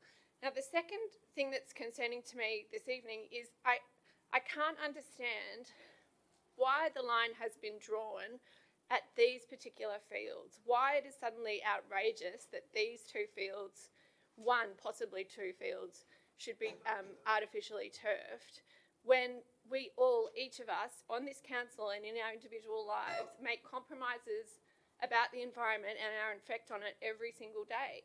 And I've never once heard from any of the councillors who are advocating that we don't turf these fields that we should not be driving any cars, or that we should not be flying in planes. But these are the points, right? We each make these compromises every day. We make them as a council and we make them as individuals. We make the best calculation we possibly can about how to manage that. We put forward proactive and structural policies to try to address them, or at least some of us do. I've never once heard a proposal from that side of the table about how to address gender inequality in sport until this evening. Okay, thank you. Your time has expired. Thank you, Councillor. Your time has expired. Councillor Stamoulis. Councillor Stamoulis. Thank you, Mr Mayor. Fellow councillors, you know, even at this age I get scared when I see a lot of people in Collingwood and Port Adelaide colours, but and then when I saw 10 of them walk towards me to the microphone stand, I thought this isn't going to go down well, but fortunately it's wonderful. Sorry, it's an Adelaide thing, for AFL thing, yeah. He's a South Australian, just bear with him. But I had to sit amongst Collingwood supporters all night on Saturday night. I could not even cheer on Friday night. When Buddy Franklin kicked one from 50 metres out, I couldn't even cheer. But look, this is a very difficult issue to deal with. Our sporting clubs do need ongoing, good and intensive use of our limited facilities. On that basis, I'm going to support the motion tonight that looks into two ovals. That's Tempe and Leichhardt Oval number 2. So that we can Well, no, look, Councillor Passos, I don't know if I've ever told you, but I played many years of AFL, but on grass turf. And I don't think I'd want to play on any other turf than grass turf. But I understand what we're trying to achieve here as a council with limited resources. But I do say here that I'm hoping that over time that there have been improvements made to grass turf, so that before we look into maybe the third, fourth, sixth, fifth and ongoing fields, before we do that, we start looking at some of those improvements as well, so that we can make sure that we maintain grass fields, but grass fields that are usable, can satisfy the demands of our sporting students, sporting community in the future, and that we get a good solution for them. I'm sure that those improvements are being made, and they'll be environmentally good solutions as well. And that's important for all of us. It is very, very important for all of us. So I'm happy to go with the 2 fields, but further down the track, let's investigate what we can do to maintain good quality green fields and natural surfaces, but making them fully viable to benefit our clubs. You know, we do want to see the next generation of our children growing up in the West, in the inner West, seeing green fields. We don't want them to live in an environment of concrete, bitumen and plastic surfaces. We don't want to see that occur. We want to see you doing what we did a long time ago. But yes, I think on this occasion we need to prioritise a couple of fields.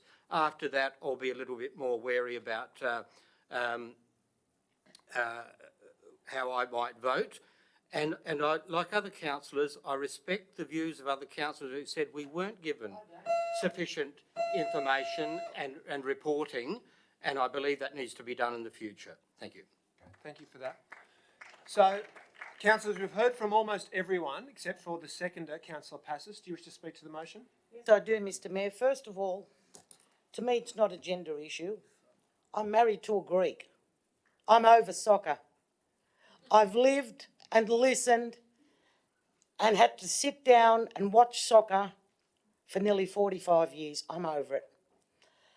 One thing I have found about soccer and sport, but mainly soccer because I've been involved a lot with the people involved in it, is the discipline that the young people have.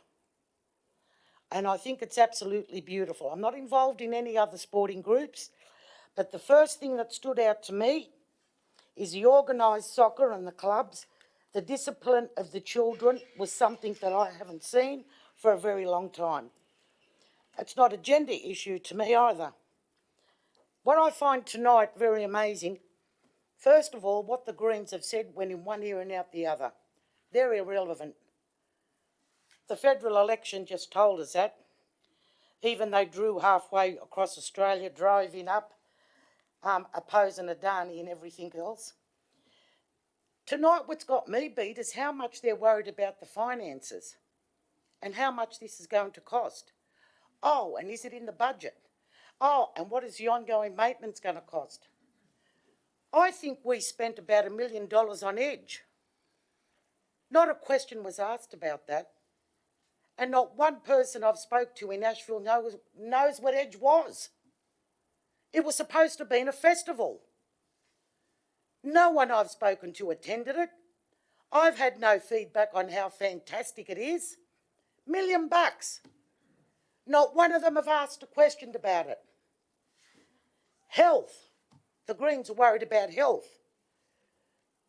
One of our councillors warned the people on drugs and who had drugs in their pocket, don't go to Asheville Station. The police are down there with sniffer dogs. Don't come into Asheville with your drugs. You might get caught. They want pill testing. It's okay to take drugs, but don't stand near artificial turf.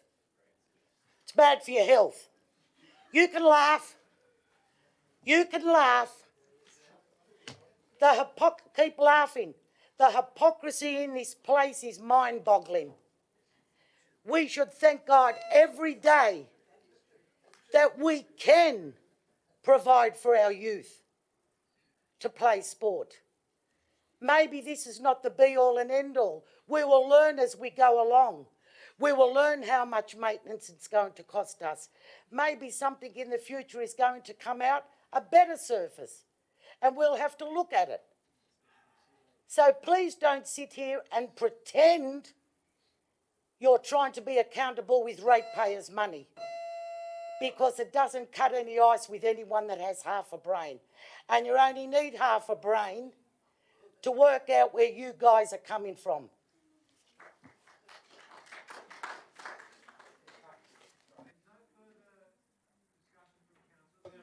Point of order. Look, before I apologised because Councillor Passis made the assertion that she always told the truth.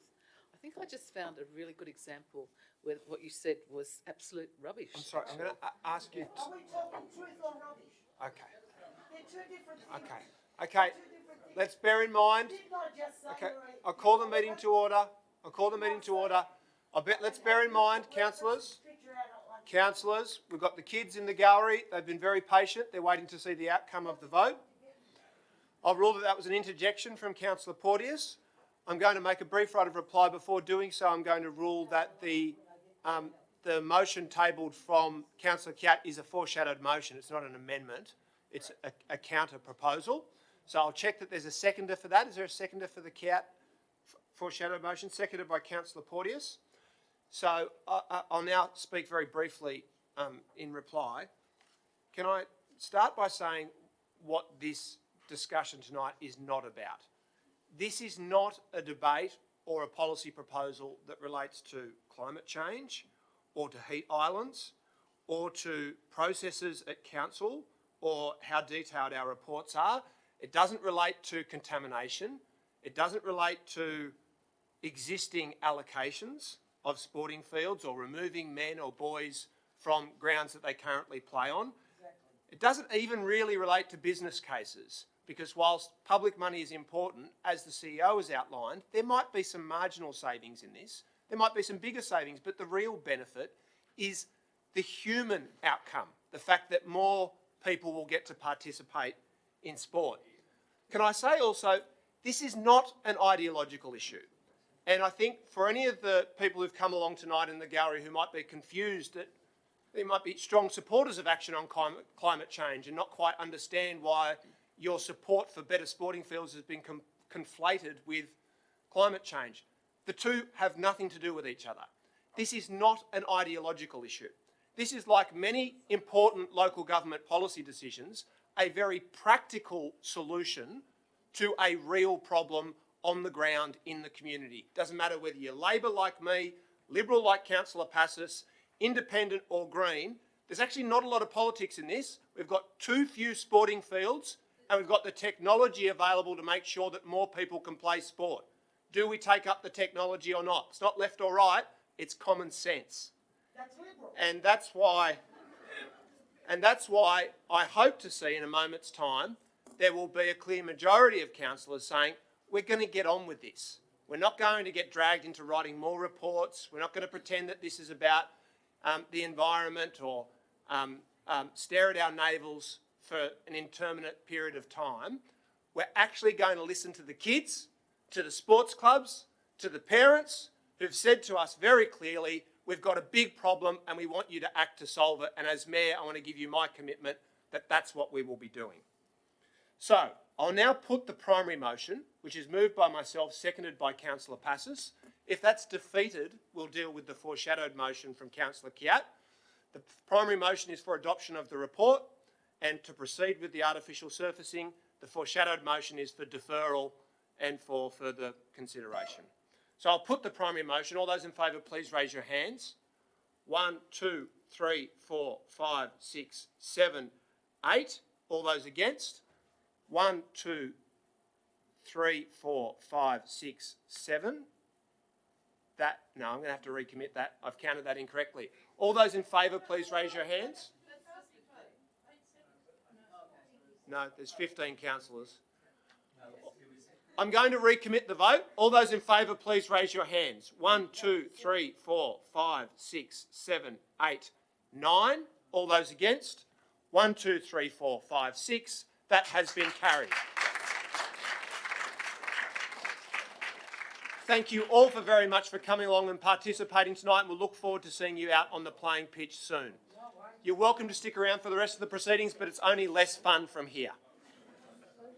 Okay, we'll wait a moment just while the gallery is clearing before going on to the second item. Burn.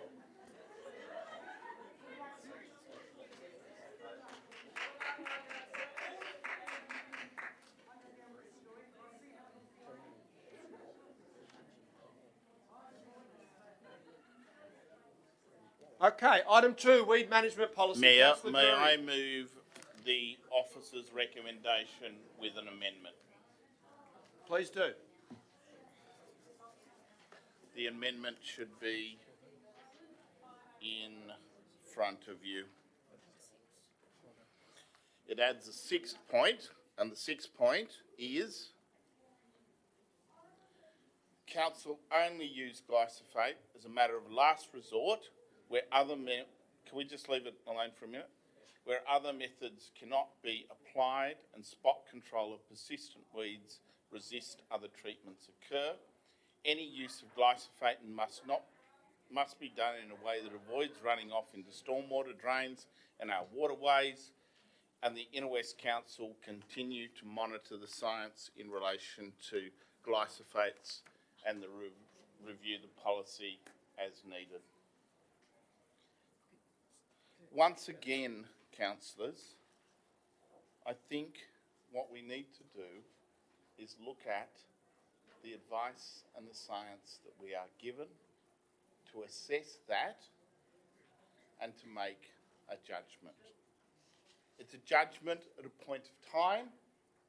It's a judgment on the basis of the information that we have been provided concerning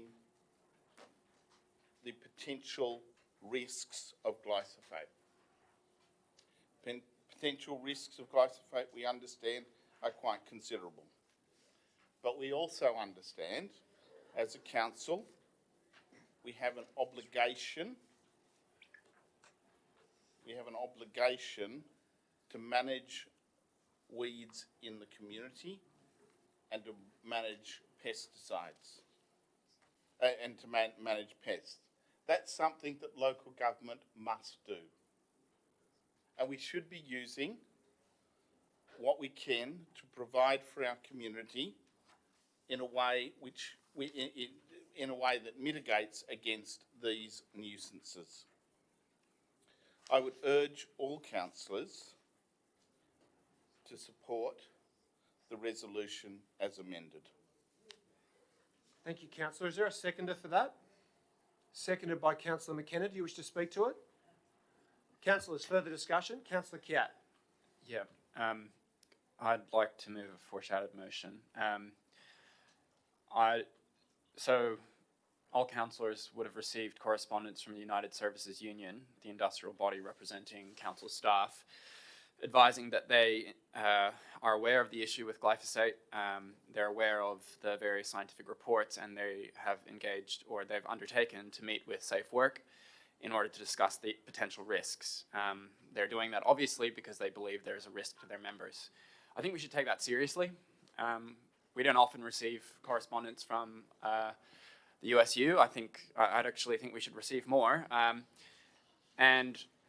I think that it's commendable that they're looking after their members' safety in this way, and I think we should respect that process and defer adoption of this policy until they've completed those discussions. So what I'm saying is, let's continue with the status quo and wait to make a decision until we receive further advice from the USU on their discussions with Safe Work. I think we should respect our workers and their industrial body in that way.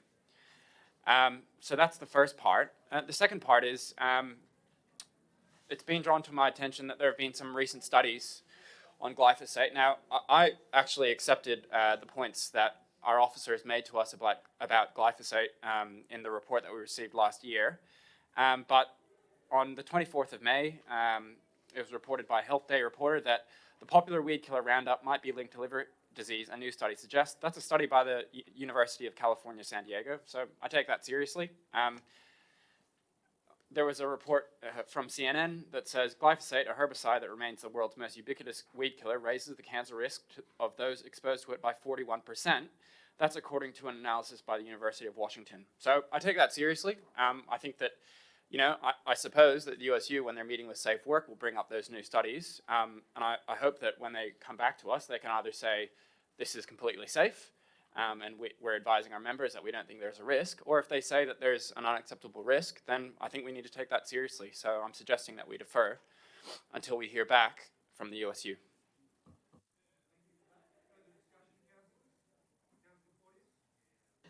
Yes, look, supporting the foreshadowed motion of Councillor Kiet. Furthermore, we actually have state cover who are the key insurers for the New South Wales local government, who actually note in their own fact sheet that it's recommended that councils take a cautious approach and investigate the use of glyphosate and other hazardous chemicals for use in weed control. And as has been noted by Councillor Kiet, there is a really substantial growing body of evidence right across the world that, in fact, the glyphosate is carcinogenic, and its toxicity is being linked with many illnesses, most of which are fatal. I think as well, it's an important point to note that in our own draft, of weed management policy, unfortunately what's happening is our council is pretty much entirely relying on the Australian Pesticides and Veterinary Medicines Authority, the APVMA. This body is not an independent body. It's actually a body which is entirely funded by the industry itself. And Monsanto is contributes a substantial amount of money to this body. Therefore, it is a body which essentially is not providing us with the most independent advice in terms of the health risks that are potentially associated with the use of Roundup and glyphosate in our as a way of controlling our weeds. The issue that we have is, unfortunately, that is the key body here in Australia, and I think that there does need to be further investigation done as to what other bodies, for example, WHO is another potential body that we should consider using as our guide for making these sort of determinations. I personally believe that the only way forward is to ban glyphosate. I think that's the only safe way to approach this, both for our staff and for our community. I do believe that it is putting an unacceptable risk on our staff every time they use it, and an unacceptable risk on our community every time you see those dyes. And unfortunately, the whole process of the dyes is itself questionable, because they are so often washed away very quickly. But you see them on the lawn, you see them around our playgrounds, you see them near our flower beds, and they're places where our children, our animals are playing, where people are in the park, they're using those spaces, they're touching where the glyphosate has been sprayed, and we are essentially creating a very toxic environment. So I do think that we need to take a cautionary approach, a precautionary approach, and it would be right and proper that we defer this until full investigation has been done by the USU, and we can incorporate that into our decision-making processes. Councillors, we've had two speakers for the primary motion, two against. Is there anyone who wishes to speak to further amend either of the two motions? Councillor Stanley. Mr Mayor, I'm just seeking clarification here of the foreshadowed motion. I'm hearing about banning the use of glyphosate, and then point 2 of the foreshadowed motion says defer until we seek the position of USU, Safe Work New South Wales. So therefore we may not be banning it. But I'd like to make it clear as to which we're proposing. Thank you. I think Councillor Porteous has... That's Councillor Porteous's position. What I'm recommending is that we defer until we hear back from the USU and Safe Work. Councillors, if there's no further I did read this letter when it came through from the USU, but from what I can read here, that they're still looking into it, so they've got no firm position. So I don't know if we can really defer what we need to do. And I just bring councillors to the report. If we decide to ban glyphosates, we have to find in order of 1.9 to 5.2 million. No one threw up any ideas where that money was going to come from. So without that, I think we should be approving this now and waiting.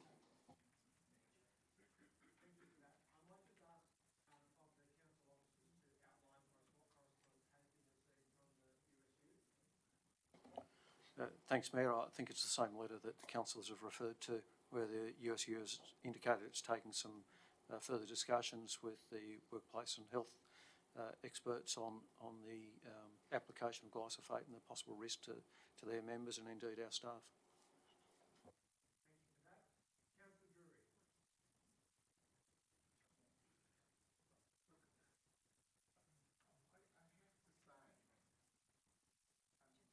Once again, I'm getting a little concerned about we find one or two studies that might express some concern.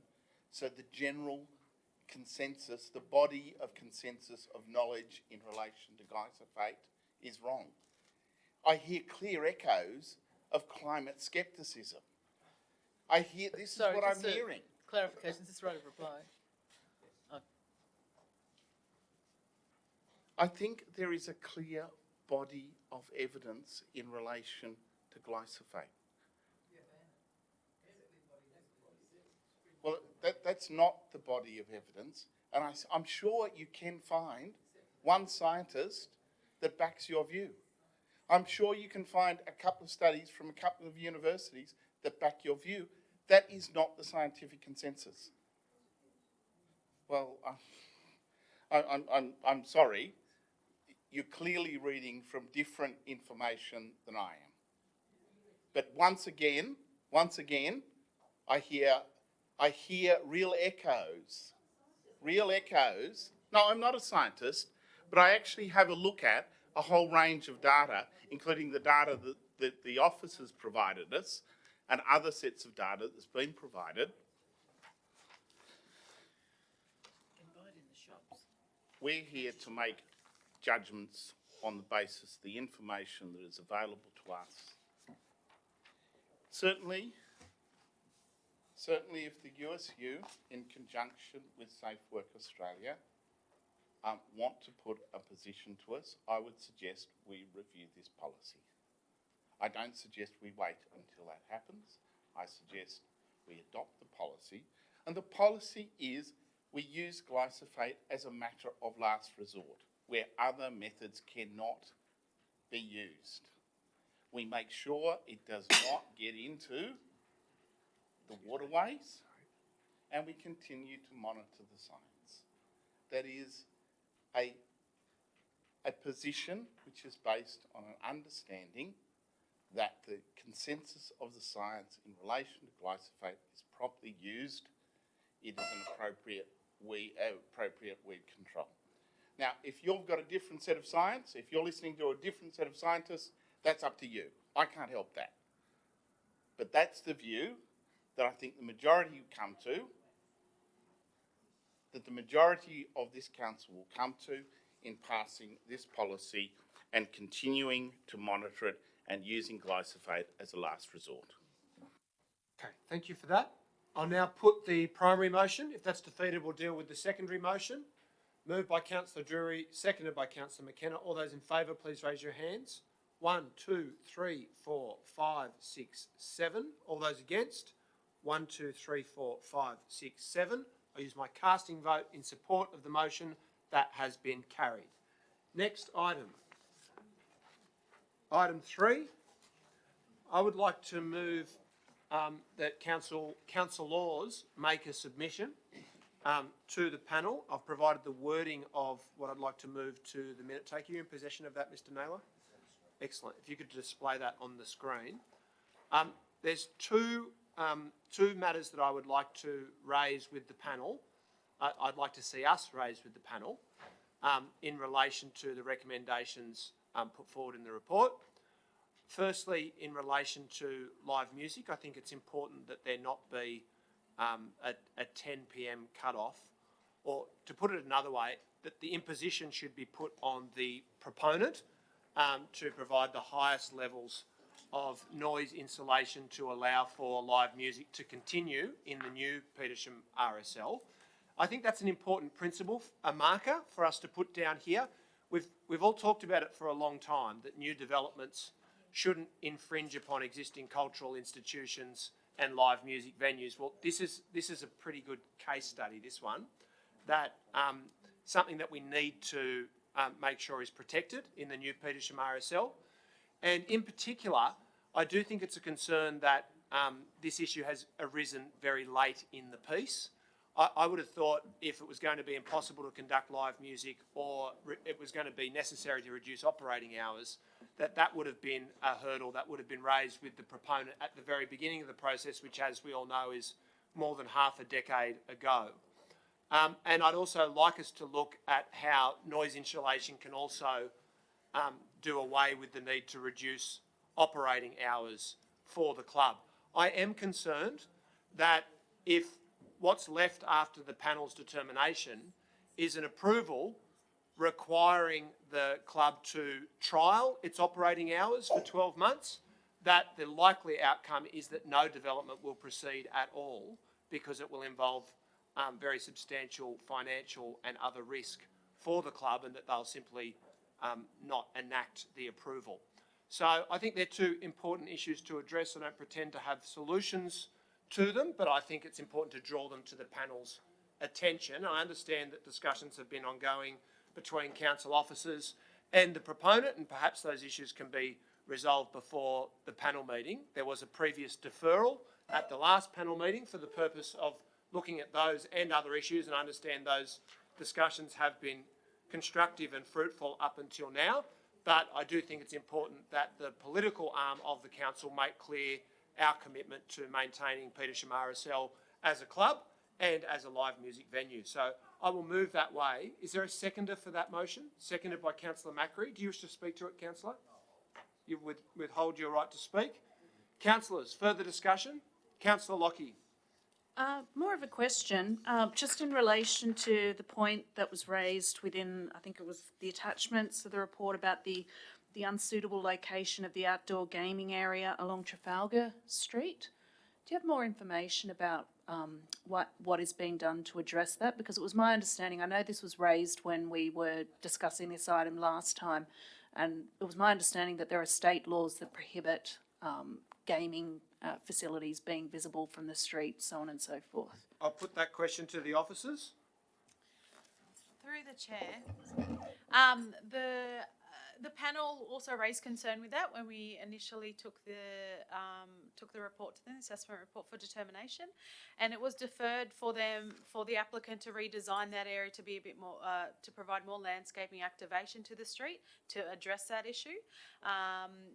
They originally were proposing some grills along the facade, but the panel didn't think that was a good, desirable outcome, and they thought something a bit more attractive. So they've got some landscaping plans and everything to address, to have a bit more of an attractive facade to the street whilst masking the smoking and gaming area.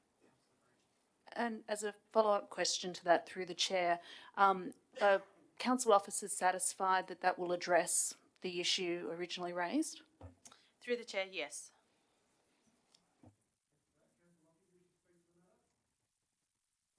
No, only I guess a question for you, Councillor Mayor Byrne, is in relation to the live music. Look, I'm all for agent of change style rules. I think that's the only way we're going to really address a lot of the issues with live music. I was just wondering from what I was aware of, most of the Petersham RSL shows are currently kind of not pitched to a late night audience. Are they intending to be in future, or is that part of the proposal, or are we just future proofing them, as it were?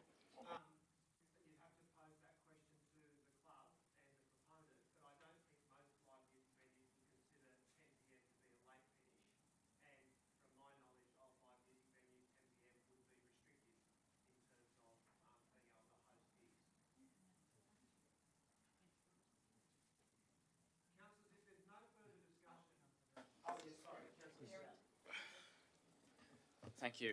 I'd like to propose one amendment. I'll read from an ABC report from March 2015 entitled Thousands of Iraq and Afghanistan Veterans Homeless. It says that in 2009, when the last National Homelessness Veterans Survey was conducted, there were 3,000 veterans without a home. Since then, up to 40,000 troops have been deployed to the Middle East in various capacity. Homelessness New South Wales estimate homeless veterans represent 8 to 12% of the entire homeless population. In New South Wales alone, there are 25,000 homeless people. The report goes on to address the work that RSL Life Care has done with homeless veterans. Mr. Evans, who works for this group, says a majority of them have seen active service and are in pressing need. I've got 9 who have come straight from psychiatric hospital. All have ongoing, usually chronic mental health conditions and or physical injuries. Entire families are being affected by this, and I think if the Australian public knew that we had young soldiers with war-caused mental illness sleeping in cars with their wife and daughter, they'd be justifiably outraged, but that is what is happening.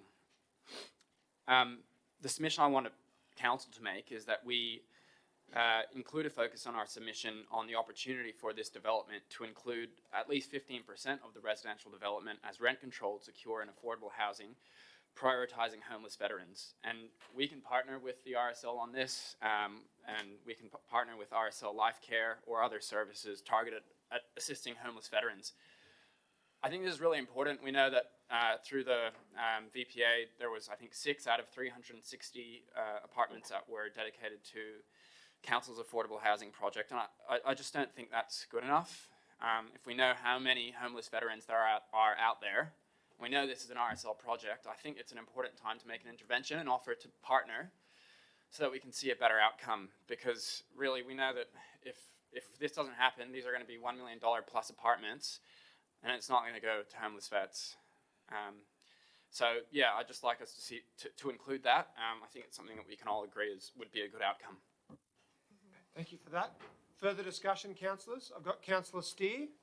Yes, I have a question through the chair, and that is in relation to the operating hours. Is the council aware that in May 2018, Petersham RSL applied to have its licence extended till 5 a.m. in the morning, which means that it would be open from 7 a.m. till 5 a.m. Every day, from Friday and Saturday, and to 3 a.m. the other days. And how would this affect the live music? Okay, I'll put that question to the council officers. Through the chair, the RSL currently have a 4-year trial approved up till 2020 to operate from Monday to Wednesdays, 9 a.m. to 5 a.m, Thursdays to Saturdays, 9 a.m. to 3 a.m, and on Anzac days is till 5:30 a.m. That's the current hours. If the liquor licensing board were to change those hours, they'd have to approach council. So we could take that question on notice and advise you accordingly if we received any notice of that, but that's as far as the hours we would have given to the liquor licence at that point. And there was no formal consent sought for any other extended hours through council.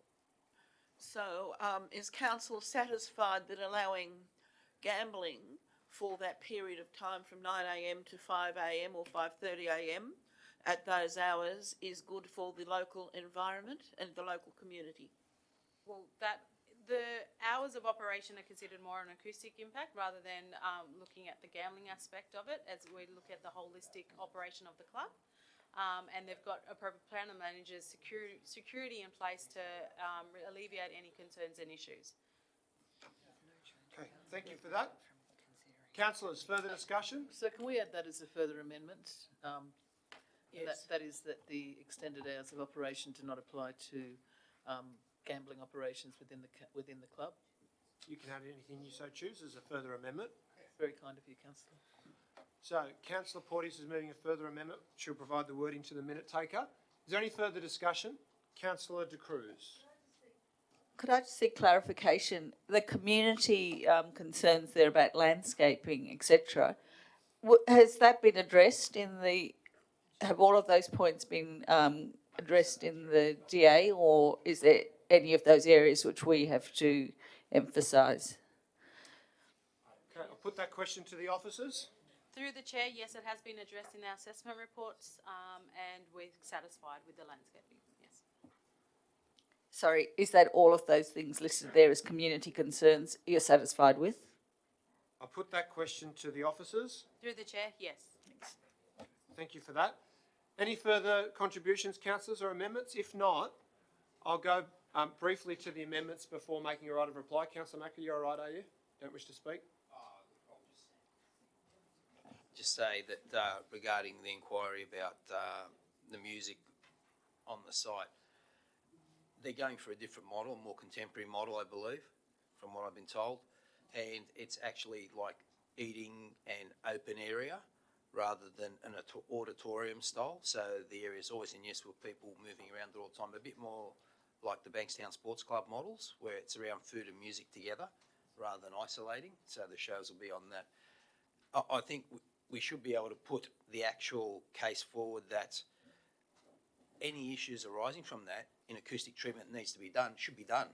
And it shouldn't warrant having a 10 o'clock close for the music.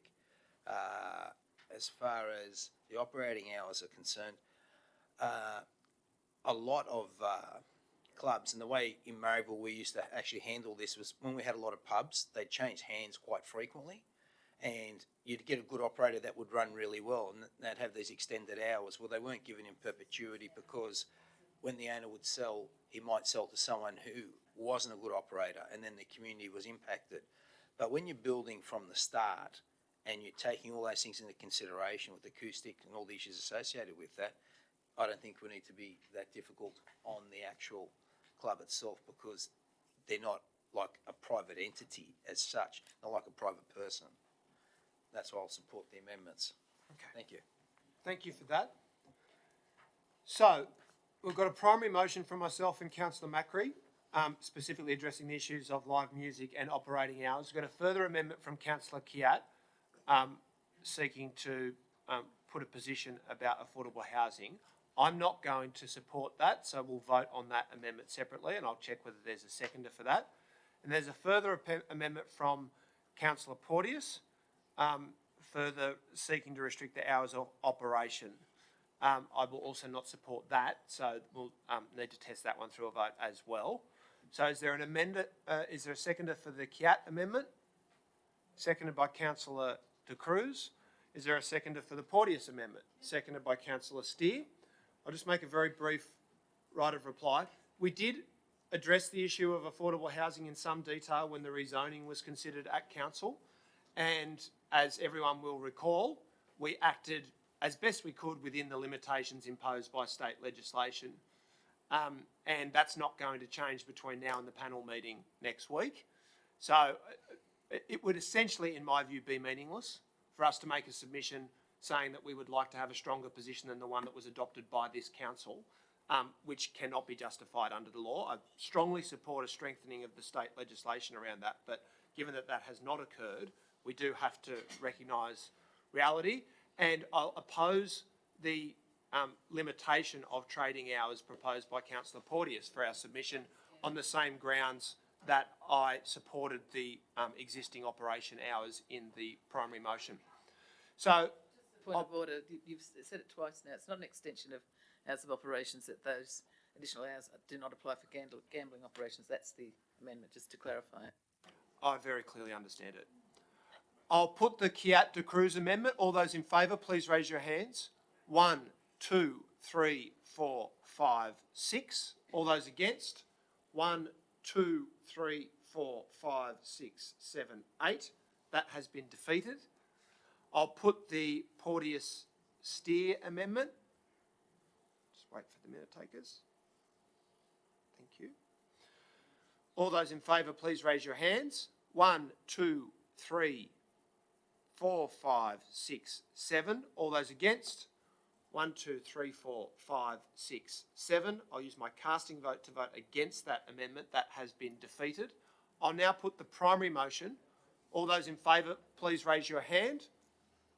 1, 2, 3, 4, 5, 6, 7, 8, 9, 10, 11, 12. That has been carried with Councillor Hesse and Councillor Steer. Well, that's against. Well, read the Code of Meeting Practice, Councillor. Yeah, it's against. Councillor Hesse and Councillor Steer are against. Next item. May I move item 4 with an amendment, please? Yes. Shopping trolleys, like weeds, are a scourge in our community.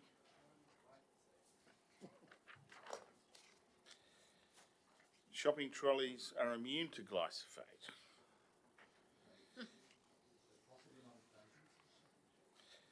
What we do have is a policy put forward which seeks to impound trolleys and, where possible, to impose fines on those who dump their trolleys rather than leave them in the shopping centres where they're provided for, and also to seek to impose against the shops which are not restricting the trolleys from going out of their centres. The policy contains a pretty clear statement that into the future, for all DAs, that we will require that they have mechanisms for dealing with this issue. I think that this is a good approach. It's not necessarily going to solve matters easily. Shopping trolleys, like dog poop, they're up there with the Bermuda Triangle of local government. People don't come out of those discussions alive. But we are making an effort to pick up and address the problem. I'm suggesting that the policy contains another clause which goes to identifying, where we identify shops or shopping centres where trolleys are persistently abandoned, that the CEO and Mayor meet the owners of the trolleys, probably only the owners once, but the owners of the trolleys, and express community concern and seek commitments to comply. We had some luck with that from the old Ashfield Council, where we sat with the Ashfield Mall. I think Councillor McKenna as Mayor and the General Manager exerted a good deal of pressure on the Ashfield Mall, pointing out that the local community really did need something done about this. I think the local newspaper ran a whole number of stories that we may have provided to them to point out how serious this is. I urge all councillors to vote in favour of the motion as amended. Thank you. Councillor McKenna? Yes? I'll just carry on from where Councillor Drury got to with the old Ashfield Council. What we did at that time, negotiate with the owners of the mall that they would put in that barrier system and that locked the trolleys on when the trolleys were being taken out of the mall, and that worked really well for some time. But of course, then came the sacking of the council and the forced amalgamation, and it started to fail. It failed, and it seems to me, as I do go there fairly frequently, and many of us do, it's never got as bad as it was in the past, but it's still there's still a lot of trolleys around, and it does seem that the wheels break down or the people force forcibly break these, whatever the mechanism is on the wheels to stop them leaving, and they have not been, they don't seem to repair them or fix them. So they really need to be we really need to have a firm discussion with them and with all of the other, in due course, with the other shopping centre owners to make sure that they actually manage their trolleys. It is not actually rocket science. It can be done. There's many ways of minimising. You'll never actually completely eradicate it, but there are many ways of minimising with the coin operated and or the locking systems. And they should be sending people out on a regular basis to spot. They don't do that. They rely on the big tractor going around and picking them up. But of course, it's so cumbersome and it does miss them. And of course, they need to put people on the doors of the shopping centres to stop people taking them out. So I commend the motion.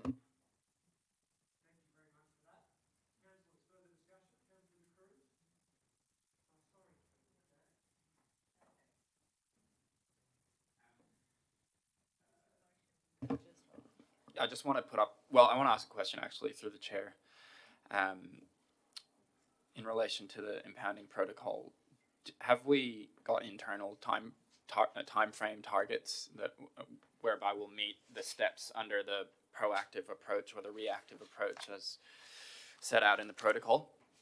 I'll put that question to the council officers. Through the chair, this is we don't have exact service targets because it's an ongoing process, and it's continuously reaching out and discussing and negotiating with the shopping centres. Yeah, first of all, I just want to reiterate, it is a huge problem in Ashfield, and I'm glad that those two members of the Tidy Ashfield group are here today, and one of them lives in the same street as me, and yes, it's always a problem in my street. I think that I think it's fine that we don't have targets in the protocol, but I think that as we develop target timeframes, we should publish them.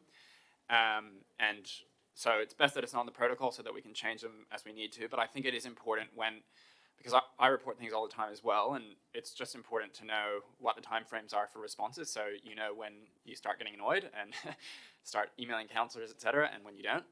So, you know, at the start, maybe we can start with wider timeframes and narrow them down. I think we can publish them on our website or, you know, through whatever reporting mechanism we're using that we're communicating back to people who are reporting. Put that amendment to the minute taker.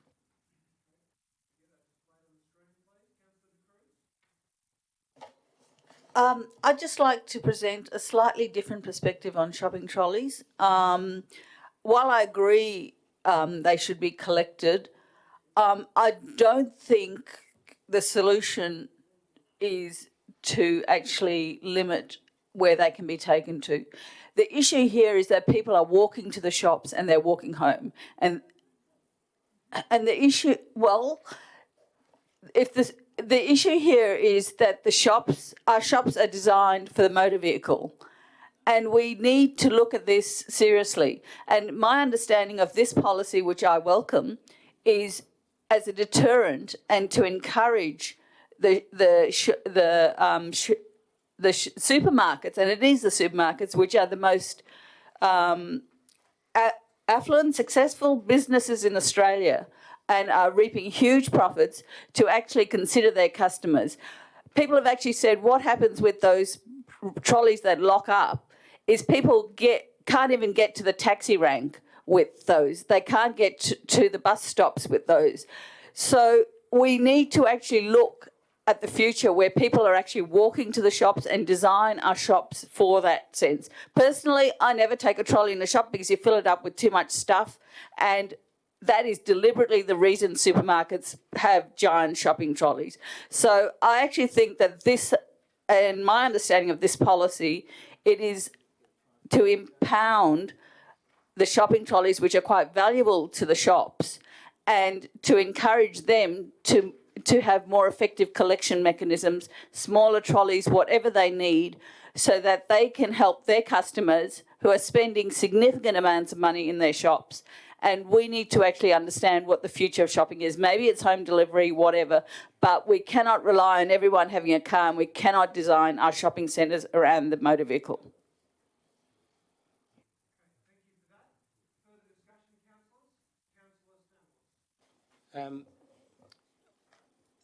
Part 4 of the motion there, Councillor Drury has suggested that the CEO and the Mayor convene a meeting with the owners.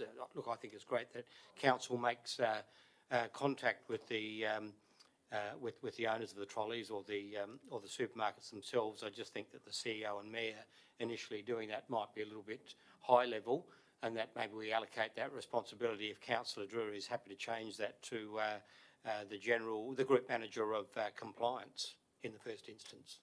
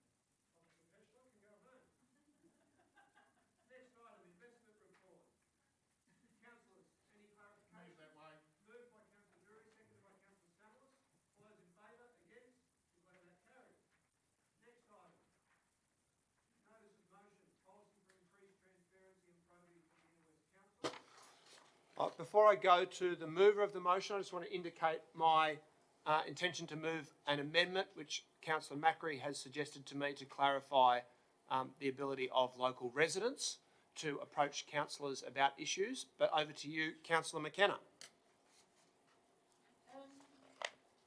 It is important that the public have confidence in our processes. We've all been at some time lobbied for support. The issues can be wide and varied.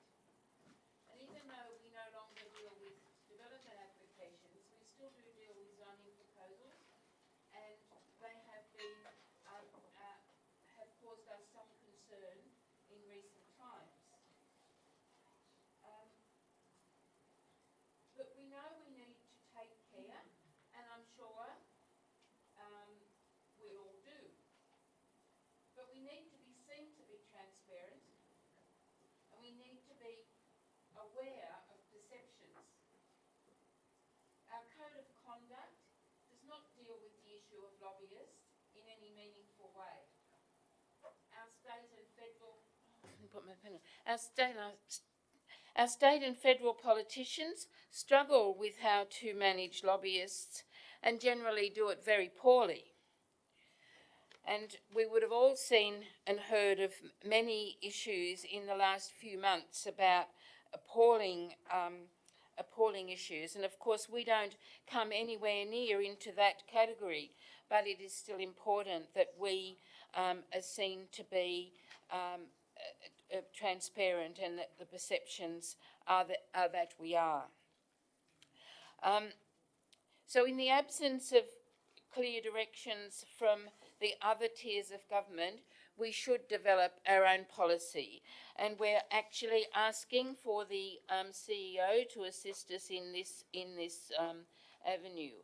And what we're asking, that we consider establishing a lobbyist register to ensure transparency regarding advocacy on behalf of commercial and corporate interests relating to council approvals, policy decisions and appointments.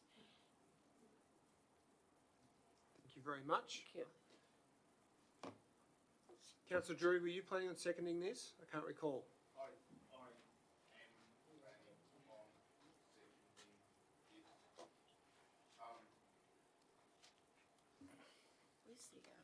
I think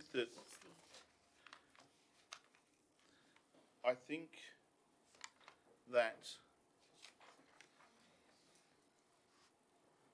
greater transparency would be achieved if we had a register where those who wish to lobby councillors on a particular development were required to place their name, and when the matter was considered by council, that any lobbying was made apparent to all councillors. I think that doing that would mean that those people who legitimately wished to put a point of view and were willing to be open and public about that would be happy to have their name on such a register, and happy for that to be considered when a matter was considered by council. I take this is not about mum and dad developments. This is about big developments in our community. Big rezonings in our community, where from time to time people seek to lobby councillors. We note that if you donate to a councillor or a councillor, you must declare that as you put forward a proposal for rezoning. So there's one mechanism in place where if you are making a donation, significant donation, then that is a public process. People can know if someone gave one of us $1,000 and then we had a matter come up before us, and obviously if someone gave you a grant and then came up with a development, then you should excuse yourself from such a discussion. I note that there is a failure in terms of the advice, I feel, that we're given by both ICAC and the Department of Local Government. There's a great bureaucratic process that the Department of Local Government, bless their souls, sort of think would actually assist in the process. I think there's a much simpler way of doing it. If you want to lobby a councillor, have the guts to put your name on a register and have the guts to have that read out loud when the matter's considered. Thank you for that. I wish to also speak in support of the recommendation, but primarily I concur with all of the arguments that have been made by the mover, Councillor McKenna, and by the seconder, and I would like to move a further amendment, having had a discussion with Councillor Macri. I think the report from the CEO will be strengthened if there is a principle at the outset that we are not seeking to make it difficult for local residents to contact and seek assistance from councillors in relation to council business. This is about upholding the public interest, ensuring that advocacy for corporate and private and commercial interests is done transparently. It is not about interfering with the relationship between local residents and their elected representatives in relation to important council business and services. So I'll move that as an amendment and seek support from Councillor McKenna for it to be incorporated. Councillors, is there any further discussion? Councillor Hesse? Thanks, Chair. Look, one of the great things about being on this council is that I certainly feel, and I'd be horrified and shocked if there were any corrupt councillors on it. And I really mean that. It is a good thing. We can't always say that about precursor councils going back to dark old days of the 1970s and 80s. Sadly. I was wondering, and this is a question through you, Chair, to perhaps the CEO at this point, but maybe even Councillor McKenna. I'm aware that in years gone by, I think perhaps about a decade ago, ICAC did review the planning processes and recommended a range of checks and balances, not just for elected representatives, that is to council or to state parliaments or federal parliament for that matter, but also in planning departments in local government. And I'm wondering if these kind of things could be extended, in your view, to staff, not because I think there's a problem of corruption, but to make sure that we don't get problems with corruption, if you know what I mean, to make sure we have things open. Is that possible in your view? Put that question to the Chief Executive. Thanks, Councillor. There are a number of, a range of procedures in place already, but I think there's an opportunity to review all of that and strengthen it further. Thank you.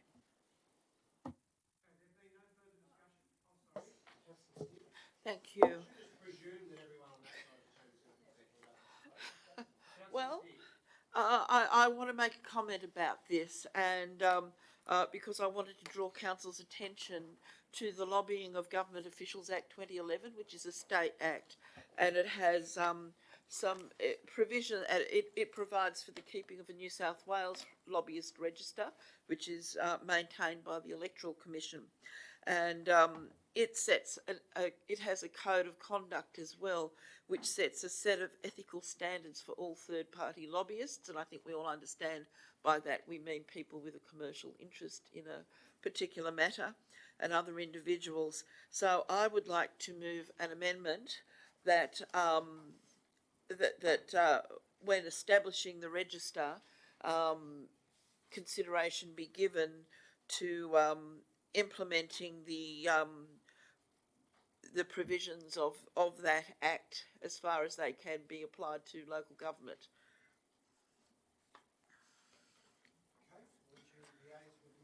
I will. I'm actually a little confused because to me it appears that council officers and councillors are actually already covered by these acts of the New South Wales government, because we're actually, so I'm looking at the ICAC one, and local government authorities are listed as covered by ICAC. So my understanding is these things are already in place for and do cover council, and that register, and in fact presumably the people who are lobbying council officials or should be registered on that electoral commission register. So I'm a little puzzled what we're actually trying to do here, because I mean obviously we can't.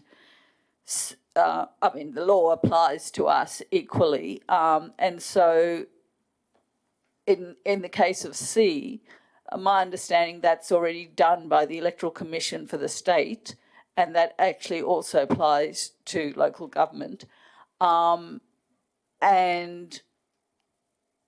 in B, I don't know if that's a training, but again, that would be the law, is my understanding. Okay, thank you for that. Councillors, if there's no further discussion, I'll go to Councillor McKenna for her right of reply. And if you could just address whether you wish to incorporate the amendments from myself and Councillor Steer. Yes, that's fine. Just in relation to a lobbyist register, I wasn't actually anticipating a register where, as such, that the government keeps or the that is kept on behalf of the state government, where they have lobbyists. I actually have never been contacted by a lobbyist, a company of lobbyists, and that's the people that I think are on that register. I'm talking about mostly developers or people who are wanting zoning proposals. That's the sort of thing that we personally get lobbied about. We should only talk to these people when we have council officers present. It should be done in a formal way, and then we should keep a register of those meetings. That's basically what I'm talking about. And if any councillor feels concerned about anyone that wants to meet with them, that there's a process in place for the actual way that you can do that and you can have that meeting. It's about us being as transparent as we can and making sure that that we're seen to be transparent as well as just doing it properly.